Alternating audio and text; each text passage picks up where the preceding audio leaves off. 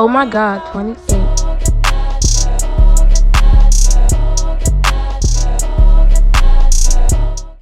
All right. Oh God, are we back? We made it back to the table, to the couch, to the mics. Hey y'all. To the things. Hey guys. I'm so glad to be doing this. We did it. We've been going through life and shit, and so have you. Comment with what you've been going through since we've been gone. How about that? How about we exchange? It's been crazy. So it's been 8 months, guys. So Yes. we're going to introduce ourselves to people who may just be picking this up for the first time. I'm Dee. And I'm Capri. And it's the Soul Palate podcast. Y'all already know what it gives. We do the things of the things. Yes. And so, God, 8 months is crazy. Sorry, I didn't actually calculate the time until I was walking to Capri's apartment. So, Yes. yeah. Sorry, y'all. That was not intentional. And for all the people that have been checking on us, like, when is it coming back? When is it coming back? Thank you. Thank you so much. Really appreciate it. It's coming back. It's Yes. here. It's there. And we're going to be not as frequent as before, but we are going to be more consistent, which will allow us to keep, giving you all content the way that you all would like, but also allowing us the time to make sure it happens the right way. Yeah. And to be able to get it done realistically. Right, exactly. Because weekly right now, with the way both of our schedules are set up. And continue to be set up. Correct. And so I don't think either of us is getting any less busy anytime soon. So, right. With that being said, we will now be switching from weekly episodes to monthly episodes. Yes. And it'll still be same length in terms of time format or whatever. So, decent amount of content still. Absolutely. Just not on a weekly basis. Yes. So that actually also gives us time to have more to share with you all during that time that we're recording and stuff. So I think that'd be great too. 100%. I agree. And so, yeah. Yeah, so what you see in front of you, a whole bunch of different bottles. This is also kind of a telltale of the time that we've been gone. Yeah. I've been getting some things in the mail, and these are 6 of the biggest ones. I think I'm just missing one other thing. It was a Marno Nino, which we... Oh, yeah. Okay. Yeah. But yeah, so these are the more... some stuff that people have never seen before, I believe, and that she's never tasted. And so I've never tasted. I've tasted 3 out of the 6. So I'm very excited to do this. As you can see, yes, Beyonce's bottle is there. Yes, I'm very excited for the Sir Davis situation. I cannot wait. Or Bay, I don't know what y'all call her. But yeah, shout out to Cameron George and the people and the team, Sir Cameron, and the team of Sir Davis. So we're excited to review that today. It's been a hot topic going on. One of Beyonce's new ventures. And yeah, we'll get there. But first we sip, right? We're going to get into our first one, which is going to be actually Acronimo. Sorry, the person that said it. Acronimo. It's going to be a Sotol. I am so very fucking excited about this because Sotol is actually one of my favorite Mexican spirits. I just found out that it's actually not made from agave. It's made from a different type of plant called Deslirion. Deslirion. Deslirion? Ooh, Yeah, something like that. Dasyliron. Just in case y'all want to go and try to pronounce that. And I just think that's so great. It's, to me, Sotol in a nutshell is a Mexican spirit. That plant is in an agave style. According to this, they got a whole Forbes article written about them that could tell you a lot about Sotol. If you go and type in this Acronimo. And this link will be shared in our description too. Yes. And I'm pretty much talking about how this plant, especially in Chihuahua, is just wildly grown. It's not really farmed, if that makes any sense. And they go and use the wildly grown plant to make the Sotol. And Sotol was actually predates mezcal and tequila. And I guess over 800 years ago or so, according to the Forbes article. So super cool. The person that sent it out to me, this is a woman-led brand. Love that. Which is super cool. Her name is Alessandra Camino. And her brother is helping her out, Jose Luis Camino, also female-led company, and said that her family has been in Chihuahua kind of making spirits for about 125 plus years. So This is pretty cool. I'm very excited to taste this, and thank you for sending it to me. So let's give it a try. Yeah, let's get into little things. Whew. The nose is so delicate. Yeah. It's like the smoke is there, but it's very delicate. I'm going to say this. It kind of smells like a little bit of mustard. Like a spicy mustard? No. Mustard yellow seed? Yellow mustard. You know what? I can get that. It's not like as... Because sometimes, like, if you just sniffing yellow mustard out of the bottle, that can be kind of offensive to the nose. It's not like that, but it definitely gives that kind of essence. Yeah. Something like meaty about this. That smoke maybe. Yeah. Almost reminds me of something like Pachuga style. Exactly. Something like some sort of like smoked meat. Exactly. Which I love. I love Pachuga style. Also, like, I don't know why. Barbecue sauce. All things smoky barbecue. Like, yeah. meaty. Like, thinking about, like, sitting down where you see a smoker and someone going, like, smoking meat for a very long time. Those seasonings that you smell through that. Yes, like even the sauces that you have to Chipotle eat element. with it. Yes, exactly. Chipotle is a great one, actually. Yeah, that Chipotle. Whenever I think like Chipotle dense pepper is smokiness, 100%. yeah, That's where you go. That's great. yeah, Chipotle is my kind of first marker, and then I'm like, is it quite Chipotle? Is it something else? Like, it was like milder than Chipotle. Then I start to think maybe smoked paprika. Like, Yeah. it's a good starter point for the tasters listening and watching. This is also very savory on the taste, too, which is so good, honestly. This is fucking delicious. I really want to have a lime or orange with warm salt on it with this right now. Like, this is... I could even do a grapefruit with some warm salt right now. That would be perfect. It feels good coating the mouth also. It's a little mouth drying without being tannic. It like... What's the word I want? It kind of evaporates on the palate a little bit. Just the liquid itself, flavor wise, everything lingers. I want this with food. Yep. I want it right next to my food. I want it next to Oh, I'm having this with my tacos when we're done here. a mole sauce that I can eat because most of them have peanuts. Oh, really? Yeah. Never knew that. A lot of mole has peanuts in it, so I have, especially when I'm down in Mexico, I haven't been able to really like try good mole yet. Yeah. Damn. These would be really good. So tasty. Wow.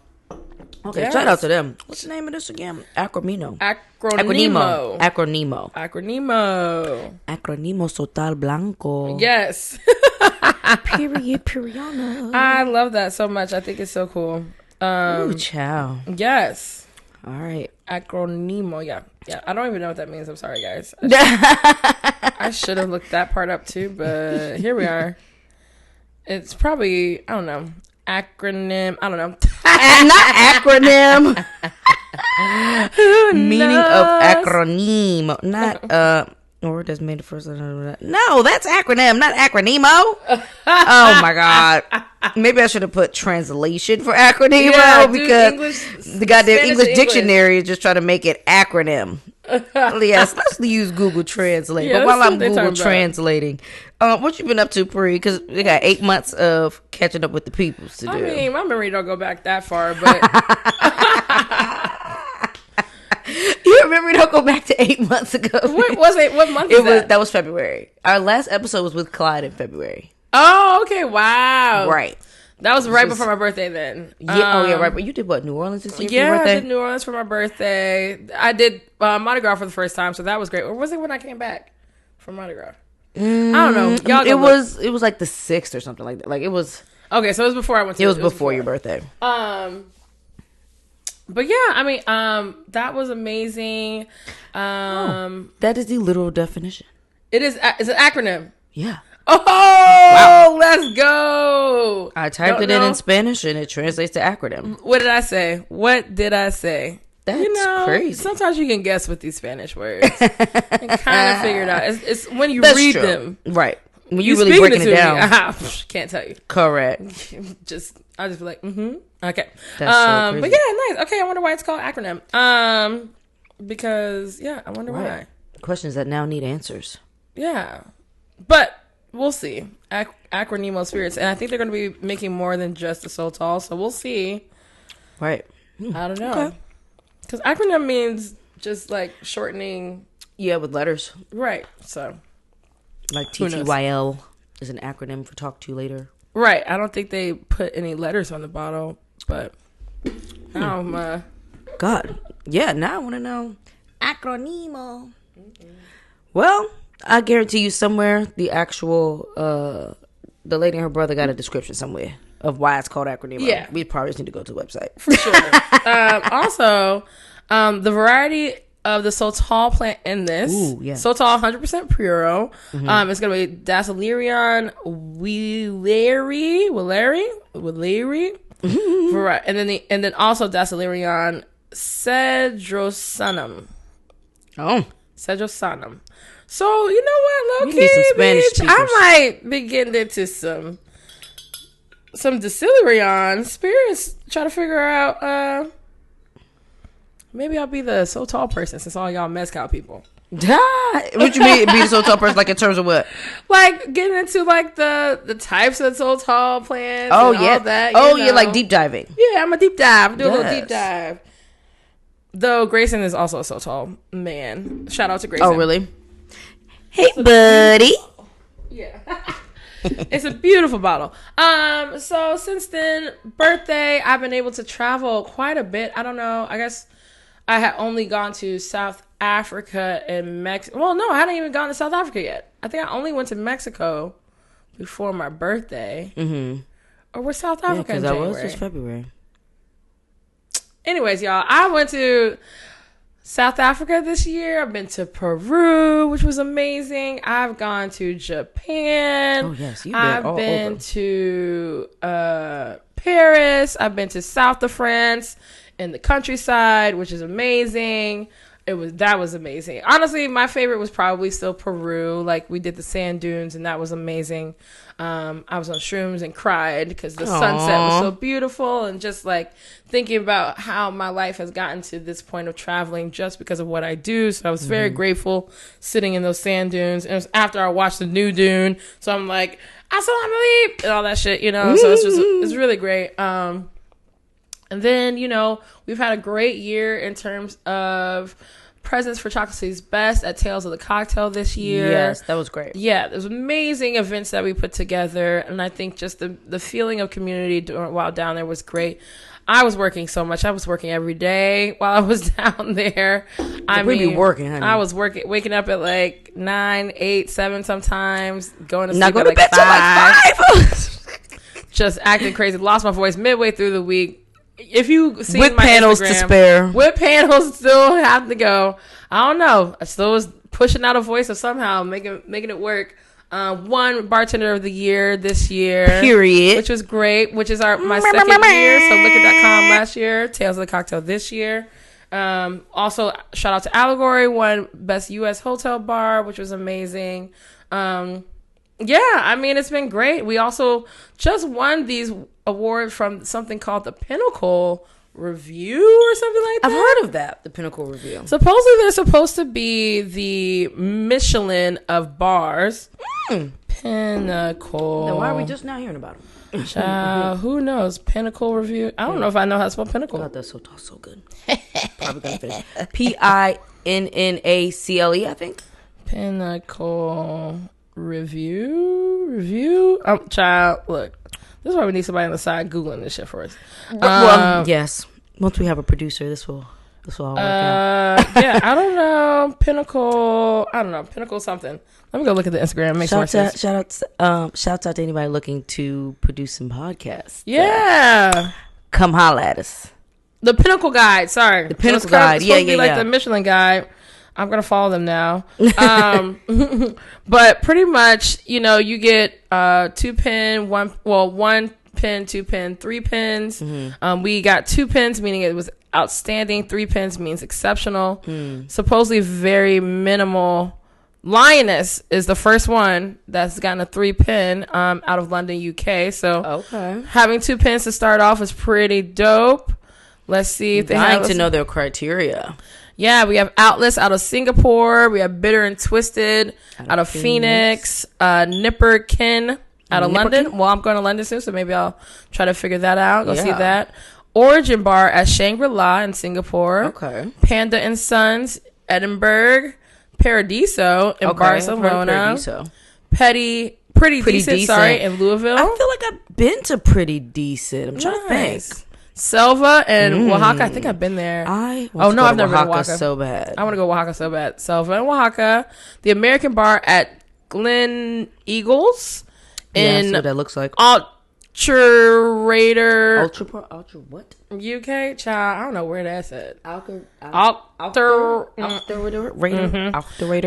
Spy Bar at Raffles London in London. Thunderbolt in Los Angeles. I've heard lots about that place. Haven't gone to LA yet. True Loyal, dope. They're popping up at Allegory tonight. True Loyal. Oh, nice. In San Fran. Shout out to them. Yes. Allegory, which is us. Yes. Also, it's Washington, D.C. What the fuck?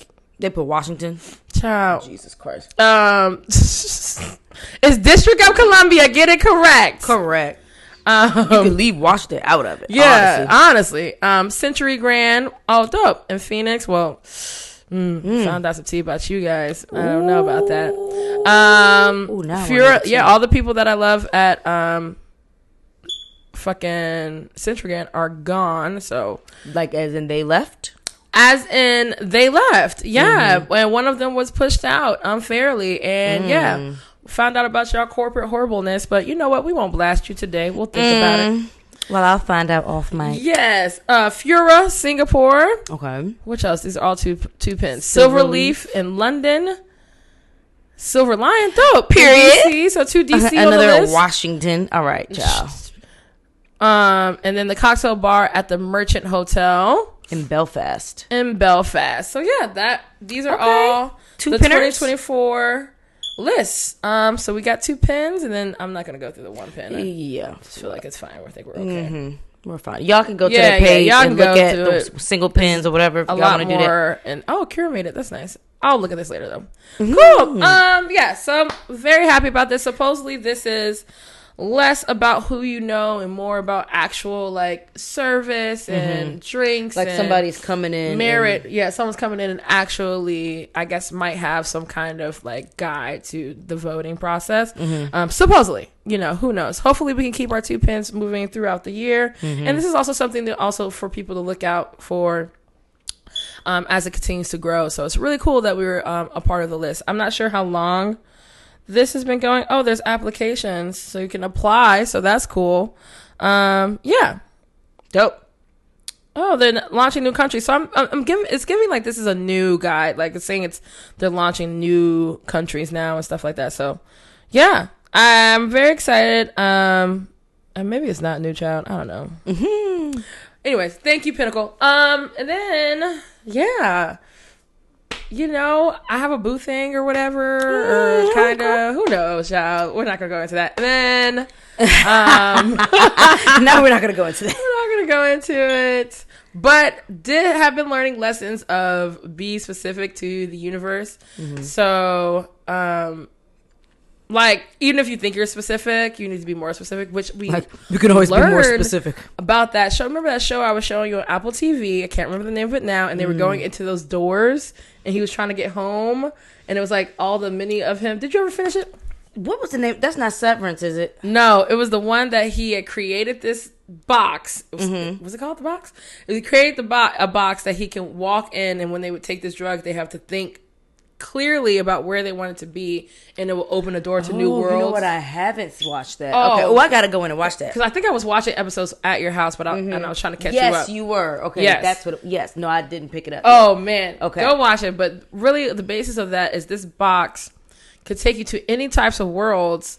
But it was you would end up in the same space. So they were all technically Chicago, so different multiverses of Chicago. Interesting. And it was all about how you felt. So it was like if you were feeling sad, you might open up a Chicago that's like underwater. If you were feeling like overwhelmed, or if you were feeling elated or happy, or like you just had to really focus really hard about the intention in your mind and how you felt all the way from mind to heart to get back to where you want to be. So it was all about the journey of this man getting back to his family, but he's other alternate self is the one that created the box and kidnapped him in the first place. And then it was also about how every choice you make splits into another reality. So like me choosing to walk to the left of this hallway is a different person that, or different Capri that chooses to go to the right. And then every decision just splits off into multiple versions of me infinitely. Right. So it's pretty cool. That is very interesting. Actually, it's so interesting. Right. So it's like one of him, you know, ended up marrying his wife, and one of them didn't, you know what I'm saying? And the one that did it was like, why did I fucking miss this opportunity? So he's trying to steal the life of the one that did, you know, like it was so much. But because he made that decision, now multiple of him are making smaller decisions too. Wow. It's crazy. That's a lot. Okay. It was a lot, but I thought it was great. And it was like, should I watch it on shrooms, or no, is it too much? Oh yeah, 100%. Okay. Yeah, if you feel like you can focus on shrooms, definitely do it. Yeah. Because when I'm on shrooms, especially when I'm at home, I like to sit and just have something on. Yeah. And just like not, like I don't like to get on my phone and do none of that stuff. Yeah. So that's like the perfect time for me to like binge I hate being something. on my phone in psychedelics. My phone be looking so fucking weird. I'm like, I can't look at this the colors are weird. I'm wondering if the shit is short circuiting or something. Like, it's be a lot. Then my arm already feel funny. Now I'm like, oh my God, is that radiation? Like, I'll just be doing... I be doing too much. Like, yeah, I be thinking about that shit. Like, that's why I try not to hold my phone. Like, I'll keep it on a table and like type like I'm using a fucking typewriter or some shit. Like, I just be thinking about the ways in which these devices are slowly killing us all. One, that too. I think also like digital stuff is already so much for our brain to even be interacting with, if that makes any sense. So like when we're on psychedelics, the brain's like, look how fake this shit is. And you're like, it's just fucking floating shit in this mirror ass thing. It's so weird. Yeah, this shit is a lot. Technology is something else. I tell you. Let's. I think that's pretty much my life until this point. I mean, yeah, minus some fun details, but we'll leave that for another time. Yeah, I guess so. But yeah, that's pretty much it. So maybe we want to go to our second, then we get to you, or you want to go? Okay. No, it's your second sip. Okay, so this next one is going to be Kyoto Dry Gin Edition K. This is one of the gins that I decided to buy and bring home from Japan. Shout out to Kyoto. They are part of High Road Spirits. So shout out to Jin, who hooked me up. Kyoto Gin, or Kyoto Spirits. Kyoto. Kinobi. It's Kinobi. Shout out to Kinobi. Sorry. Kyoto Kinobi. It's Kinobi. Damn. Kinobi. It's Kinobi Gin out of Kyoto, Japan. Got it. Okay. And they're part of High Road Spirits, which is gin. She actually gave us some bottles one of our episodes before for us to taste, so that was really, really awesome. But this gin they were so awesome, and it was amazing time. We traveled from Tokyo to Kyoto for the day.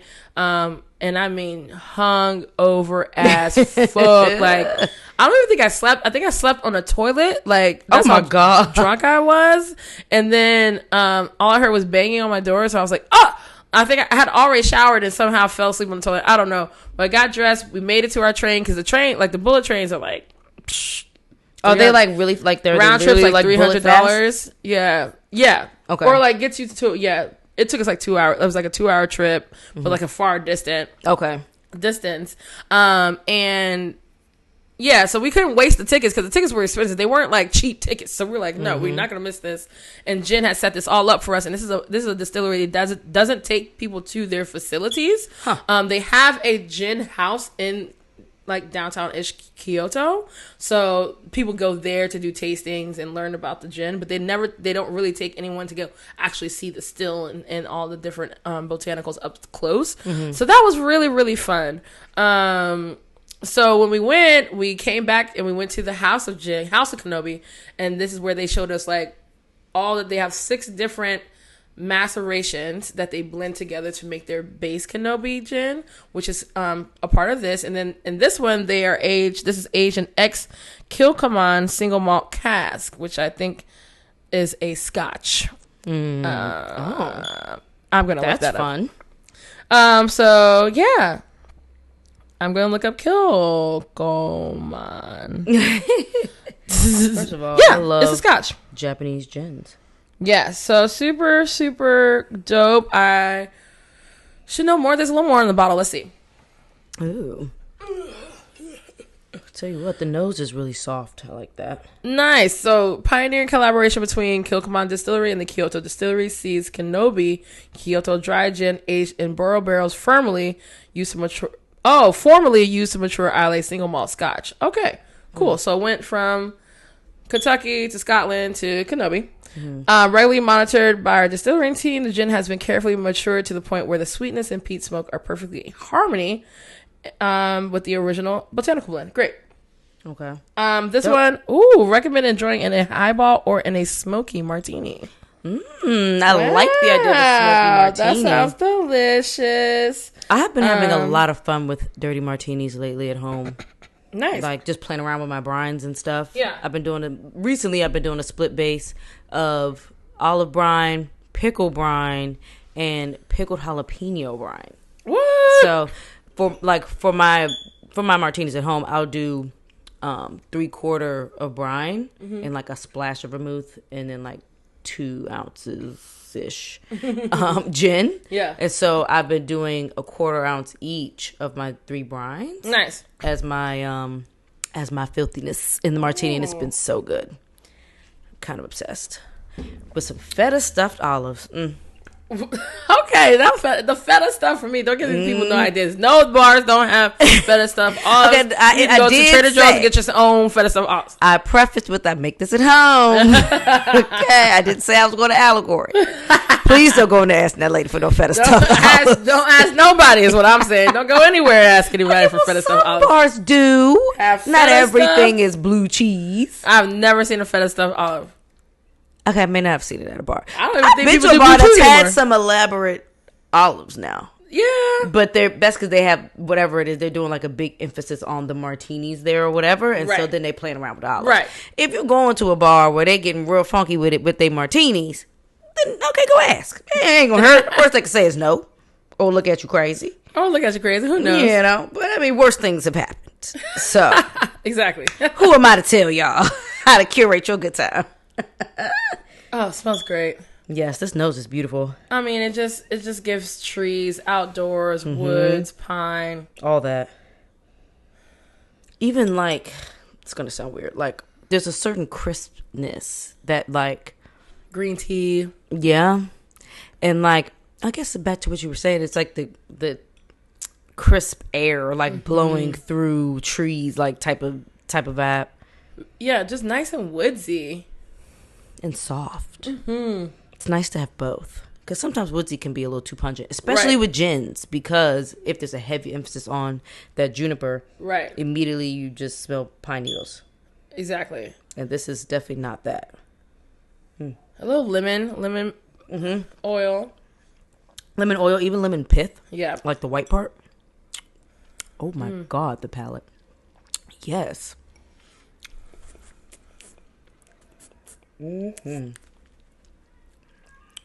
I do want this in a highball, like right now. That would be so refreshing right now.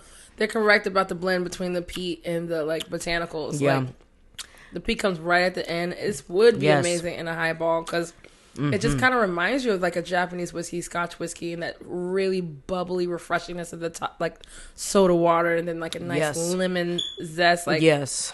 refreshing. You can have that shit all fucking year. I Like could have this in a gimlet. I wouldn't be mad. I have no soda water. I like a little lime with my smoke. No soda water. Now I really want. a highball. Damn. I never call really cut- yourself a bar professional. I don't drink it here. I know. I'm already hip. You don't, child. I hardly The be only the reason fuck I in have this bitch. everything at home is because I don't work behind a bar anymore. It's like I still want the same cocktail. Definitely. I know you're really good at still cocktail in the house. I would be like, child, y'all want something to drink? Y'all want to taste this? but You want to taste this? You want to taste this? But And by the time you I taste bartend it- full time though. Yes. So it's different. 6 times. Like, you're good. I might be able to mix it with that mate, sparkling mate over there. That might be Will actually it mess really with them? tasty. What's the flavor of that? The mate. Mate is like a tea form, like caffeinated, very high caffeinated tea. Okay. So it's the kind of green. It's very dry. It's not sweet at all. So Oh, nice. I think Okay. it actually would be pretty good with this. Ooh, with some ice. You know and what? Yeah. Ice Queen, girl, I'm gonna need you to give me back some clear ice, bruh. Like, can we run it back when you was delivering to the house? Bitch, because I was about to be one of your most regular clients. like, I was ordering steadily over COVID. Oh my god. Then she just got too busy, child. And I've been holding on to the same spheres since 2020. Nuh-uh, shut up. The one that was in my cocktail video, and I was like, judge your mammy and not my ice. That's because I was holding on to that shit since 2020. Oh my god. And so it was all the different chips, all ice chips around it and shit. But I was not about to sit there and chip away at that bitch and risk breaking it. Not. So I was like, fuck it. That is so funny. That was from Ice Queen circa 2020, child. I was like, damn, this is sad. I've been holding on to this shit for so long because she don't deliver no more. Unless you like a big account. Yeah, that is hilarious. Look, I can't be Serenata big, but I get them regular order in. I like my clear ice. I like my clear ice too. Like, I just want some. Certain grocery stores have them too, though. Like Giant has the spheres. Nice. They're clear. They come in like a bag of like more 6. like Spears. I really want the highball ones. Oh yeah, I like more the than highballs anything, too. honestly. Because I got my 2x2 molds, and I'm fine with that. Like, I don't need them to be clear. I mean, it'd be nice if they were clear, right? But I got my molds. But I'd rather have. I can also guess find them on. I can just find them on. There's sources for Amazon. them, and there's way more people doing ice now than just her, because people have started to kind of do their own thing. They're not doing it at probably the same capacity, but that might be a good thing. Yeah, that's true. What's up? What's been up, girl? What you been into? That was really fucking good. Yes, it was. Okay. Well, y'all, it has been a very interesting year. I would say a very bittersweet year, because as insane as my year has been, I still am not of the sentiment that like it's all bad, I guess. Like, so just to kind of round it out for y'all, I have been processing 3 deaths and a divorce. Yes. Since December of 23. Yes, is when it kind of like, and then separation January, death February, death April, and just all the things kind of snowballed. So with that, I've been keeping it very low key-ish. Aside from the fact that I've also been just traveling like every other week, pretty much all goddamn spring summer, and so that's been very great. But life has been life and the shit out of me, y'all. Hence why I was not rushing to record anything.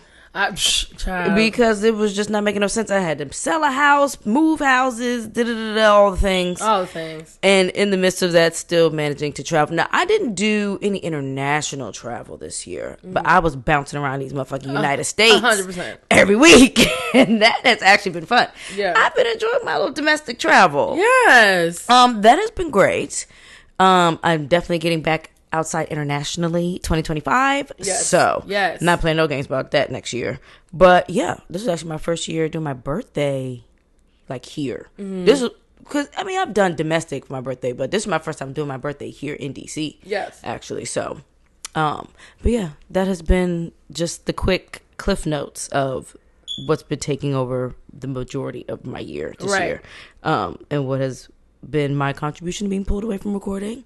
But like I said, all in all, I am relatively unscathed. I think I have gotten to the point where I know when it comes to like the grieving piece of it, I know that that's just not a process that's ever going to end. And so I'm not holding on to like, oh, I can't wait till I don't feel this anymore. Oh, I can't wait till this passes. Honestly, the shit is never going to like officially pass. Like that is just something that lives with you. And so I've just been focusing on how to live with the feelings instead of like trying to find a way to get rid of them. 100%. And so like anybody who I like don't see much and have like talked to or interacted with or whatever, it's like, wow, you seem to be like okay, like, and just kind of looking at me like an alien because I guess they're expecting me to like break down in tears every time I bring up anything. But it's like crash out with the amount of things that you've been through. Crash out, but like I guess I don't see what that's gonna do.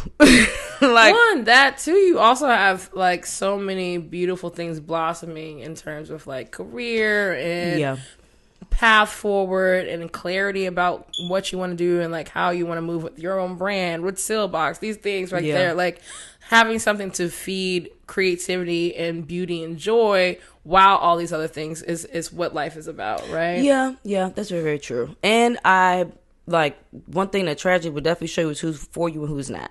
100%. And I have been very, very blessed to learn that everybody that I have chosen to be my chosen family and all, I mean, my actual blood family too, but like, particularly the lesson I'm learning with like my chosen family, my friends and stuff, is that I make great choices in people. I was like, oh yes. My tribe is 1000%. Okay. Like, I'm so grateful. Yes. This is actually the only part that makes me emotional.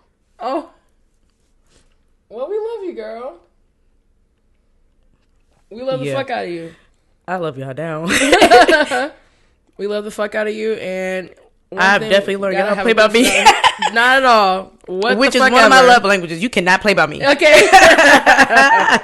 For real though. Sorry y'all, but no, that's been like a really, really great takeaway. Yeah. And so even just going through all the stuff, like I feel okay ultimately. Yeah. Because I have a really strong foundation. Great. Yes. And those things get so hard too, right? Like you're like, what do you say? How do you do it? Like just being here, being able to make the just time. Being present, just showing up, just coming to my house and sit on the couch with me, just like, or just inviting me over to just sit on the couch, or just get me outside for a drink, or just whatever. Just being present, absolutely, has literally been all I've needed. Because outside of that, like I'm not really a person that's super like needy for much, like so. I didn't even know what to ask for. Right. To be honest. Like, if I was just left to my own devices, I would just be in the house. Right. Like, or if I'm traveling, just be in my hotel room. Right. And, like, just isolate. 100%. But, like, even my, like, people who I can call now, friends who I just looked at more as, like, work associates or whatever before, like, just throughout the year have, like, checked on me. Or if I've told them anything about what's been going on, they, like, you know, just kind of held me a little closer or whatever, or just invited me out, or just, you know, anything. That's great. And that was very nice to see kind of happen too, because you don't know what to expect. Like 100%. Who the fuck no? Like people used to be asking about my wife and this, that, and the third, and all that, and just, you know, the conversation being super light. But one thing I wasn't about to do is fake. Right. Like I ain't about to spill my guts to nobody, but at the same time, like, I was very honest about, like, if the question was, how are you? Like, okay. Yeah, like, and I've been real honest. Either you care to ask for me to elaborate or you don't, and I'm fine either way. Exactly. And so that's been nice to see that I've kind of, like, also strengthened some, like, newer friendships. I love just that. People just showing up because that's what they felt to do, or just because they cared about me. 100%. So that has been very nice. So it's made it easier for me to just go through the process of all the things. Yeah. And so if I have any new friends.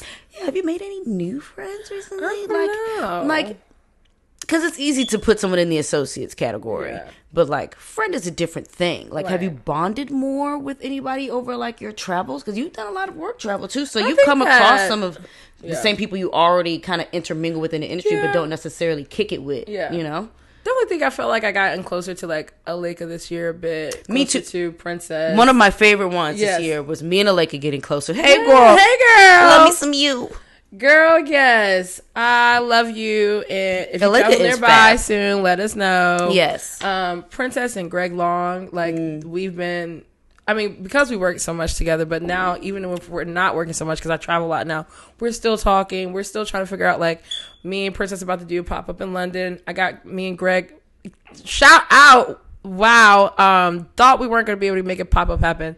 And then a brand came through and now going to sponsor me and Greg to be at Puerto Rico Cocktail Week. So it's like, oh, nice. You know what I'm saying? So like, you know, Speaking of, I'm mad that I didn't even realize that was in November because I've been wanting to go back to Puerto Rico. Yeah, but you told me, I thought you said you had something else to do. I have something going on in November, but so now I know for next year to just actually plan it on my calendar. Because I do twice a year, I think. I think they do it like early in the year and then November-ish. Okay. And the only reason why I ended up going was because JetBlue fucked up, and the only place they was really going was fucking Puerto Rico, because all the other places I needed them to go, they stopped servicing those areas for some fucking reason. So that's annoying. Yeah, so I was like, and they wouldn't, of course, give me no money actual back, so I had to buy a flight. You had to use a credit, yeah. Speaking of, I need to So dumb. Actually, I use need my to flight credit. I forgot about my Air Canada credit. I wonder if it's too late. But yeah. Child. Yeah, we're going now. Super excited for that. And yeah, this has been a very international year now that I think about it. Yeah. And I hope it never stops. Girl, you have been across the globe and back, honey. Girl. Citizen of the world. You and Will both. Both y'all went to Japan. He went to Spain. Nice. He went to Aruba. I know. I can't wait to go to Madrid. Like Portugal or something like that. I think he's just been bouncing around. I did not hit Aruba this year. I was telling myself I want to go back to Aruba year too. Place, and I haven't did it this year. Okay, making it to Puerto Rico because I'm definitely trying to make Puerto Rico once a year type of thing too. So for real, happy, yeah. I've gone. This will be my 4th time going to Puerto Rico now. So like, nice. yeah. Or was that? Yeah, because I did Rum Shakers last year. Was that last year? Or this? That was last year. Yeah. I want to do. I definitely want to do Puerto Rico again. I want to go and stay. I've gone twice, but both times was via cruise. Oh, okay, yes. And so I haven't gone and like slept in Puerto Rico. Actually, like get to do the things full day type shit. So yeah, definitely need that. Puerto Rico. But yeah, I love that. What else got going on, girl? Girl, attempting a date. In this cesspool that is called the dating the market. Dark side, sadly, I've attempted an app or two. Both are very lackluster, to say the least. We were trying to tell you. Bitches ain't lying out in these streets. Oh God! I mean, this garbage chant. Oh, like Lord. This shit is crazy. Was that the back to your? Yeah, it was. Okay. Well, there we go. That's but no, so I'm not even gonna shout out the apps because fuck them. No. And I mean, I've gotten some dates. Some were cool. Most were like, yeah, I won't be seeing you again. Only one so far, someone I would actually consistently go spend time with. Yeah. And so that's cool. I don't know what I'm doing. Like, I don't know. I thought I knew what I wanted. But now that I'm still not even really fully being met with everything that I want. So, I mean, I say I don't know what I want. I do know what I want. But I just don't know what it's going to look like when that's actually presented to me. I'm just very curious. All of my tarot scopes, bitch, keep telling me that there is somebody lurking and like just waiting somewhere, like either like regretting what like didn't move further or just whatever, or like is secretly like keeping these feelings for me to themselves and like not saying anything. Stop being a creep. Jesus. Stop. Like, I was like, okay, universe, can you please bring me some clarity? Because I don't like the idea of somebody just like. I mean, but that's what people do. That's weird. That's what people do. It's weird to me. Like, when why? I was talking about old sir man that be like distilling whatever that you know, and he was like, oh, you know, we met this place and all that. Like, people really just be just holding on to this shit, chilling, and then 2-3 years later want to be flirting. Like, oh, I was on your radar. They're like, yeah, you was on my radar for 4 years. And you're like, why? What do you mean? Like, a bitch has been looking for something. You ain't see me over here just asking.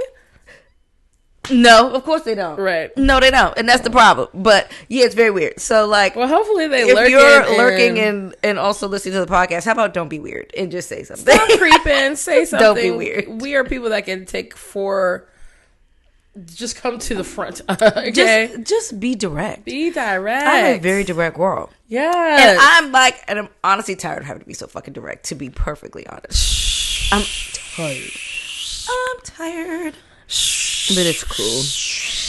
And then when you are direct, they be telling you you're not direct, and then you'll be confused. Or if you're direct, some people will take that as, most of the response I've gotten is, oh, I like when you talk like that. But the rest of it has been like trying to feel out if I'm like upset in some way. Yeah. And it's like, no. First of all, you can't upset me. Right. Secondly, no, I'm just being very direct and clear. Yeah. Really, I'm being very clear. Yeah. I'm not talking in circles. I'm not looking for a way to make it comfortable for you. Right. I'm not looking for words that seem softer than others or whatever. Like, I'm literally just saying what I think, what I feel, what's happening for me. Yeah. You can take that or leave it. And yeah. I'm unfazed either way. It's kind of like my whole energy right now. Yeah. I mean, also, you got time. Like, you know, if someone doesn't come like right away right now that is checking all the boxes. You got time to figure it out. Like I I said, feel like it's definitely not going to be like specificity that needs to happen. It's like you think you know, and then it pops up, and then you're like, the universe has just been too extreme for me. Okay? too extreme is correct. When I'm in the car, when I'm thinking about these qualities and stuff now, yeah, I'm like saying the stuff out loud to the universe. Yeah. Like, okay, I like assertive, maybe not aggressive, right? But I don't like passive, so we're gonna go with assertive, right? And I like assertive in a way of like, because I don't like. What made me think about that, because I had a moment in the car on the way here. I don't like combativeness. Yeah, like, I don't like niggas that's just looking for a fight. Mm-hmm. Like, agreed. But I also don't like too passive and laid back either. Agreed. Because then there's a lot that you're just not saying. Yes. And so I really need somebody who's assertive and very clear in their communications. Yeah. Without it needing to be like where we're butting heads about something, or where you saying what you feel, ultimately what you're saying is I try to make you feel that way. Like, that's where the combativeness like comes into play. Right. Instead of just acknowledging that something has made you feel a way. No, you did this. It's not gonna work. It's not gonna work. My tolerance level is non-existent at this point. Right. So you're not gonna get very far with me like that at all. Right. So I was being real specific in the car today, just throwing the shit out to the universe, filtering these niggas through. Yeah. Well, that universe is gonna be super specific back. This is what you said, right? Like, God damn, like you had to take me this literally.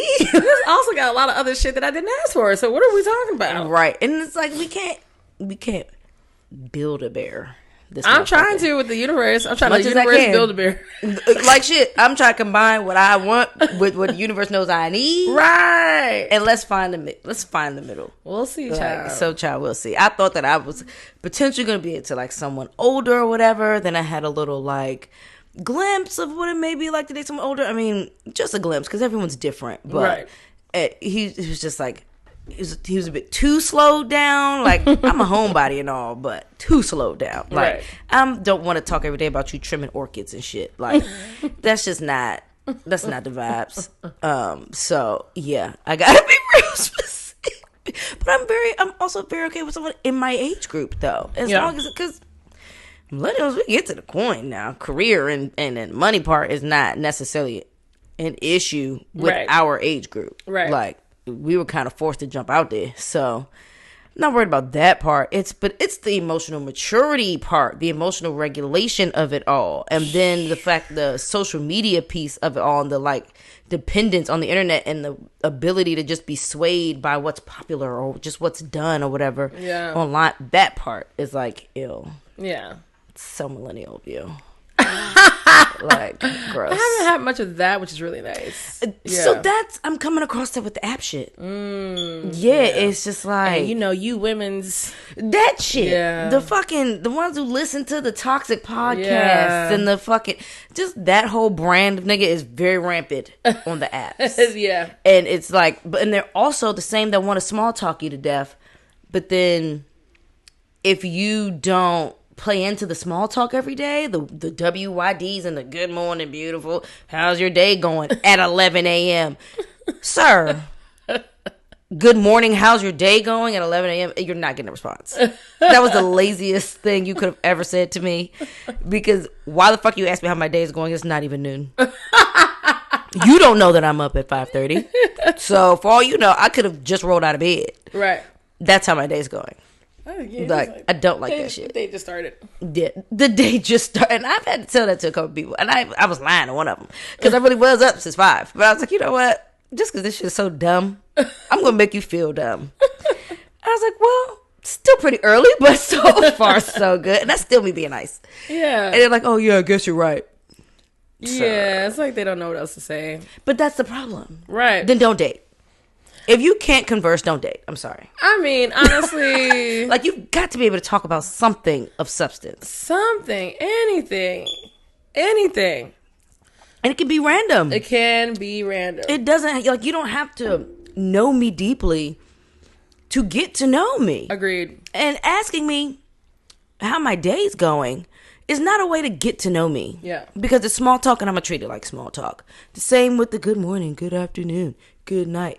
Small talk. And then on the opposite end of that are the men who want to get your number right away and try to wrap you up on the phone.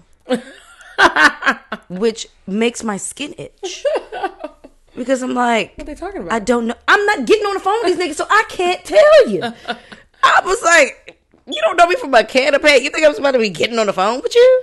I give my number because when I was on the apps, I just wasn't. I don't have my notifications on for that type of stuff. So I'm like, if I wanted to talk to you already, I had to turn it on because I was like, it's missing so much. Yeah, that's what I was like. But I also didn't want to give my number out. So let me just turn these fucking notifications on. Right. I'll let them at least pop up on a little banner and then they go away. Right. Exactly. So I had to find my little middle ground because I was like, I'm not giving all you niggas my number. I cannot have all you niggas have my number. Like, well, a lot of them would die so quickly. So it's like, which is why I didn't want to give out my number because it's like, I don't want you to just be having my name in your phone. We don't even talk.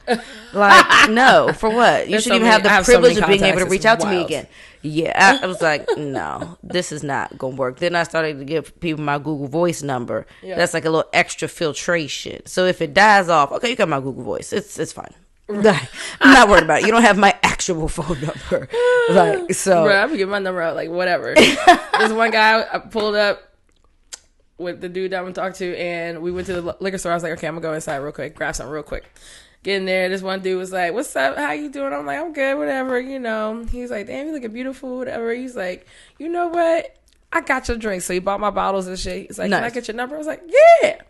You put my drinks, yeah, I'm on. Right. I'm gonna throw a little number your way. He's like, well, no, he asked, he said, if I can get you, if you can give me a number, I'll pay for your drinks. I was like, oh, no worries. Gave him my number and everything. Not no worries.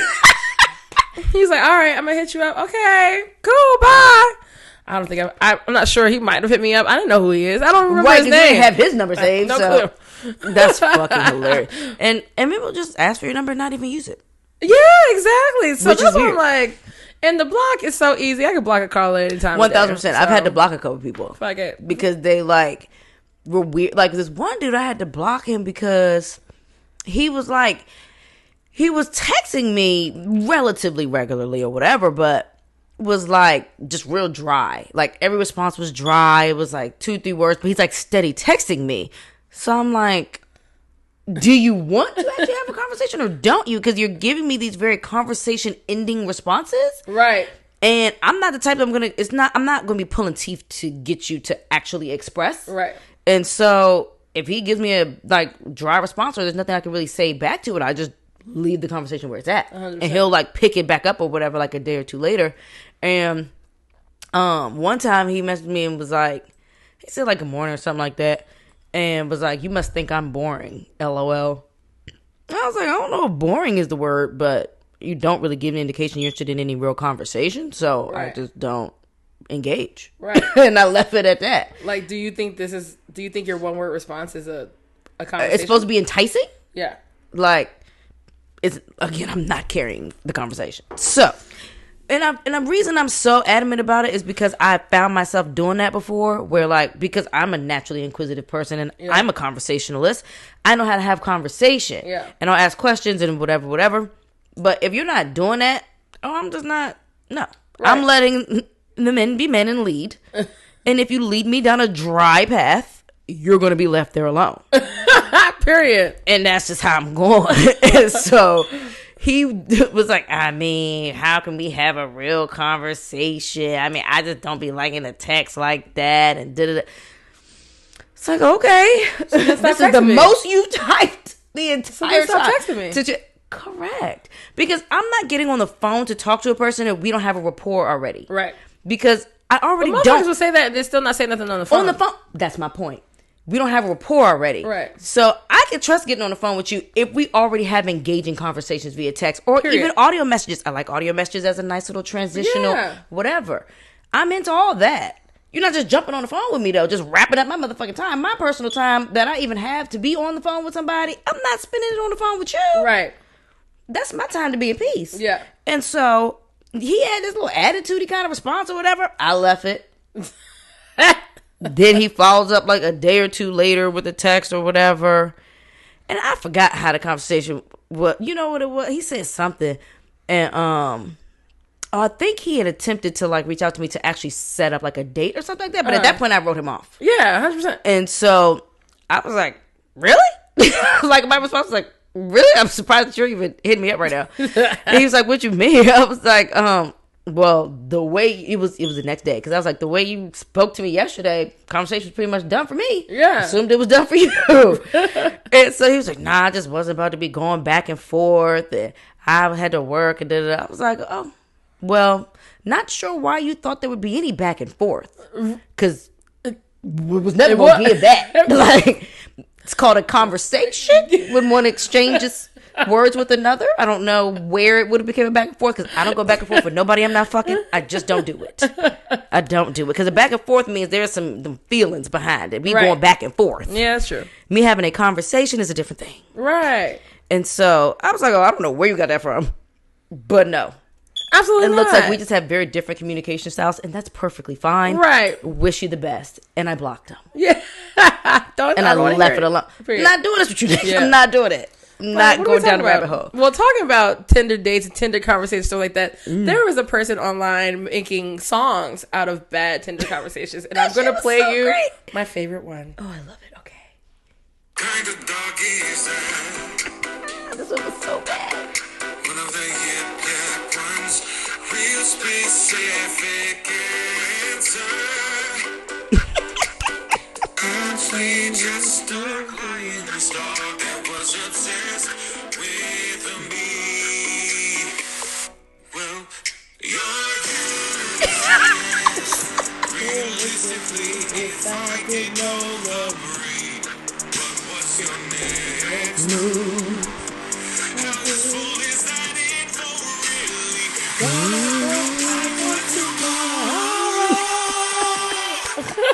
If you're wondering, I thought this shit is so great.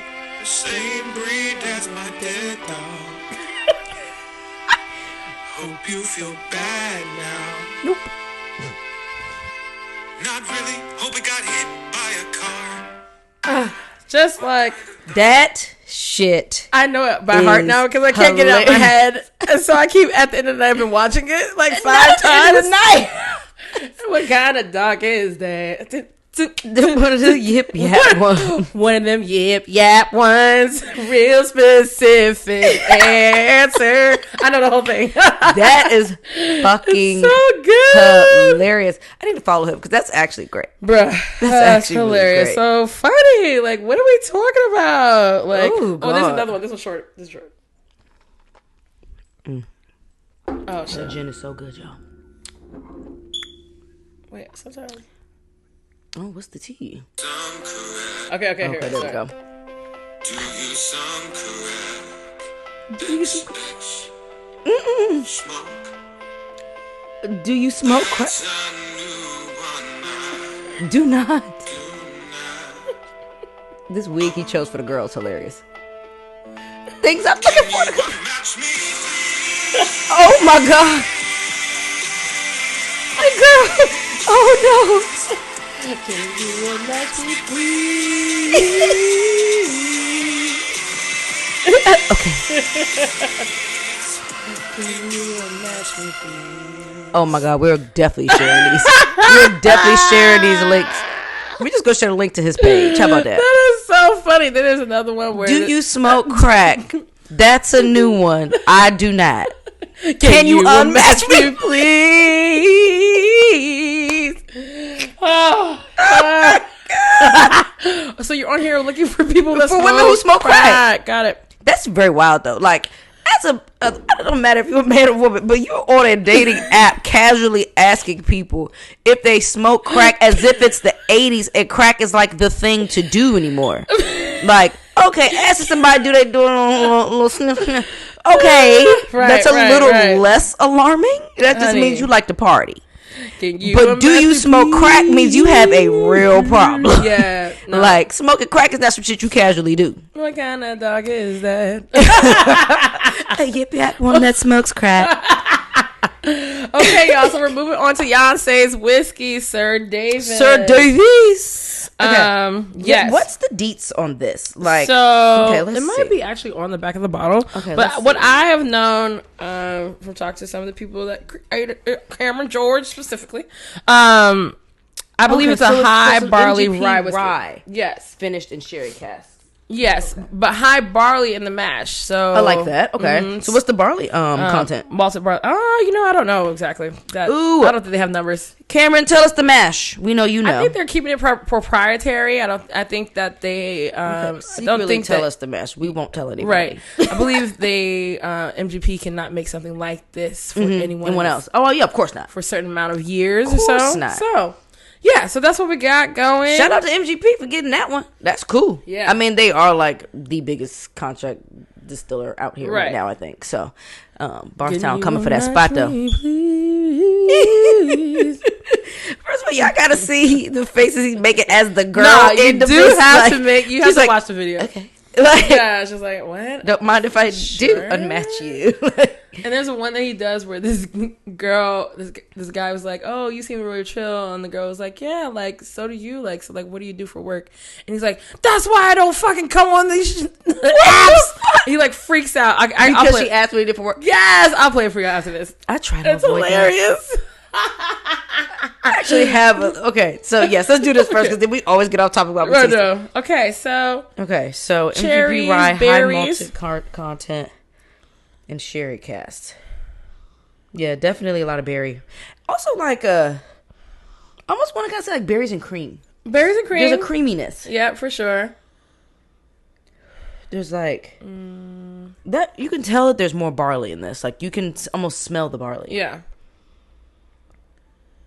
Okay, some honey of some sort. Yeah. It has like that vanilla.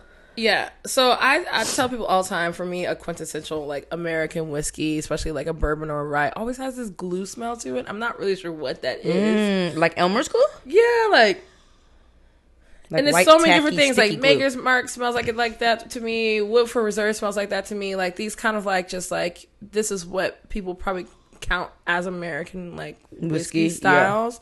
Always has that hint of like, which probably comes from either the grains or the wood, because those are the only things that like have to be consistent, right, so to speak. Is like obviously the grains that you're using matters in terms of what it's being classified as, but also you have to use American oak. Right. And it's not a bad thing, right? Like if you've been watching, like we say these things that could possibly, like I started off with the Sotol mustard, right? So like it's not bad that it smells like that. It's just, for me, it's like a marker that this is American whiskey of some sort. Right, exactly.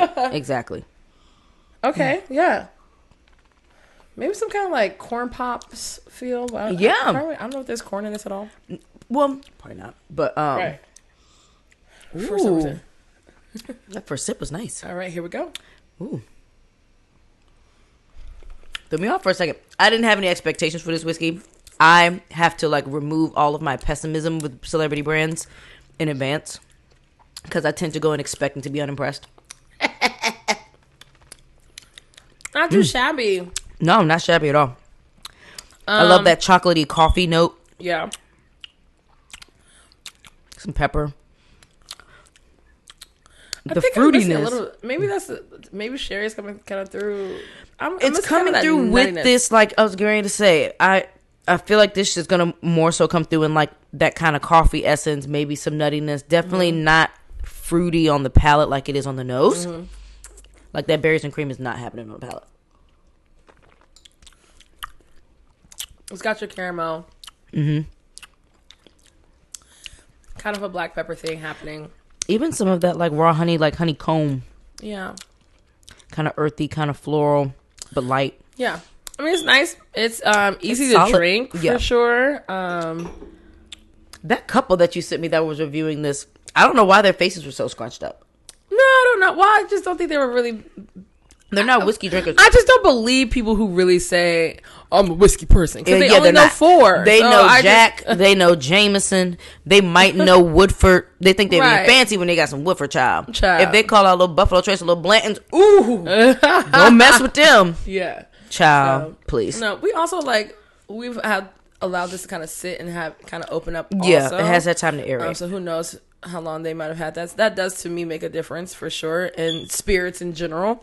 But I feel like if you don't really drink enough of a certain category of something, don't don't get online giving your fucking opinions about it. Because who cares about your opinion about it? Right. You're not somebody that can be trusted to give an objective opinion. Right. It's super subjective to the limitations of your own palate. 100%. And it's counterproductive, and it's a waste of content. It's just a waste. It's just a waste. Unless your intention is to just be... Well, it wasn't funny either. So, yeah, it was clickbait. You wanted engagement funny. Because it's a hot topic right now. And so, yeah. But, like, your opinion is so not needed. Yeah. And, yeah, I just found it to be weird. Like, she said she wasn't a whiskey drinker. But you're sitting here reviewing a whiskey for what? Very confused. Like, just sip it. You just sip it and let your man talk if he's a whiskey person. Just sit there. Support your nigga. I definitely think this is great for those who are Beyonce fans who may not be whiskey drinkers. I think you can still really enjoy this because very approachable. It's a very approachable premium whiskey, you know, and I think that is great to have. The bottle is beautiful itself. Beautiful presentation. The packaging it came in for me was gorgeous. Yeah. So yeah, it's beautiful. I mean, I'm definitely gonna get a couple bottles wholesale, keep it on my bar. You know, it's gorge, and I'll support. But yeah.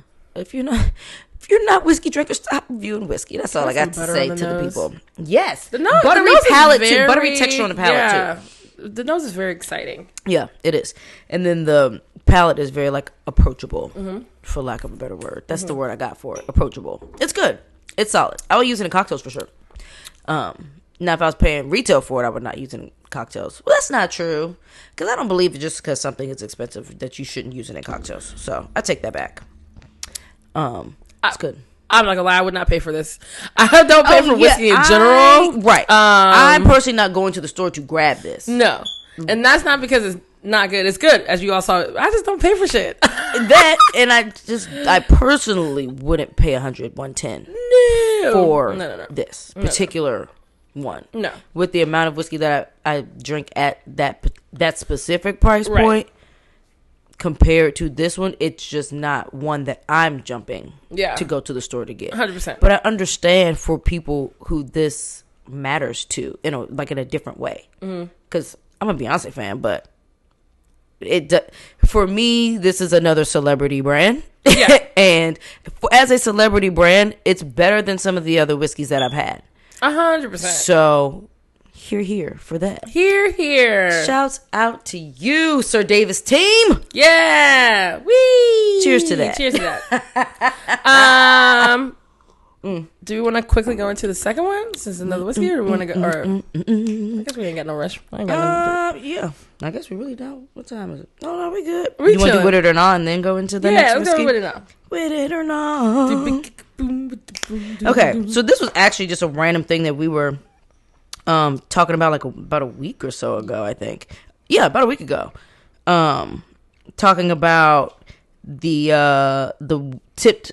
What is it that changed? Hold on. It was, Since the tip wage went into law in D.C., at least one survey shows 4,000 jobs have been lost since then. And so this was particularly in D.C., 4,000 jobs were lost. And that's primarily because restaurants and bars are not able to keep up with paying people, I guess, I don't even know what the wage is now that they have to, make or more. Bumped it up to 15, 17, something like that. An hour. Yeah, an hour. Okay, and that's that's if they're not having tip. So tipped wage is the restaurant pays a certain amount of wage. So say they pay you $5, $6 an hour. The point is that the rest of the tips that come in will get you to the minimum wage or more, which most of the time you're going to be averaging, depending on where you were working, between $25 an hour to possibly $60 an hour.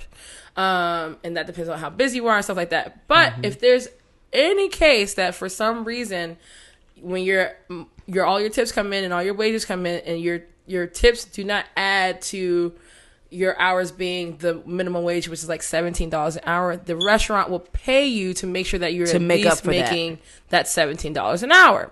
So the DC tip wage was the minimum wage was I don't know, 12 or some 13, 14, something a few years ago. But the DC, they were paying us depending on where you were probably getting like $2-3 an hour, and then everything else on top of that.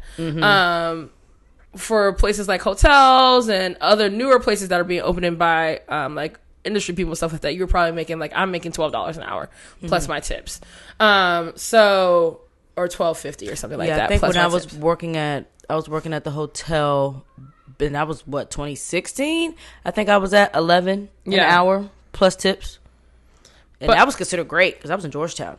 Yeah, and that's considered a high tipped wage, which it was. Yeah, I was making good chicken at that joint. Right, and so this law was fought first. It was called Initiative 86 or something. Oh, okay. I thought it was Initiative 70 something. Oh, Initiative 77. I think so. I think it was 70 something. 4 or 7.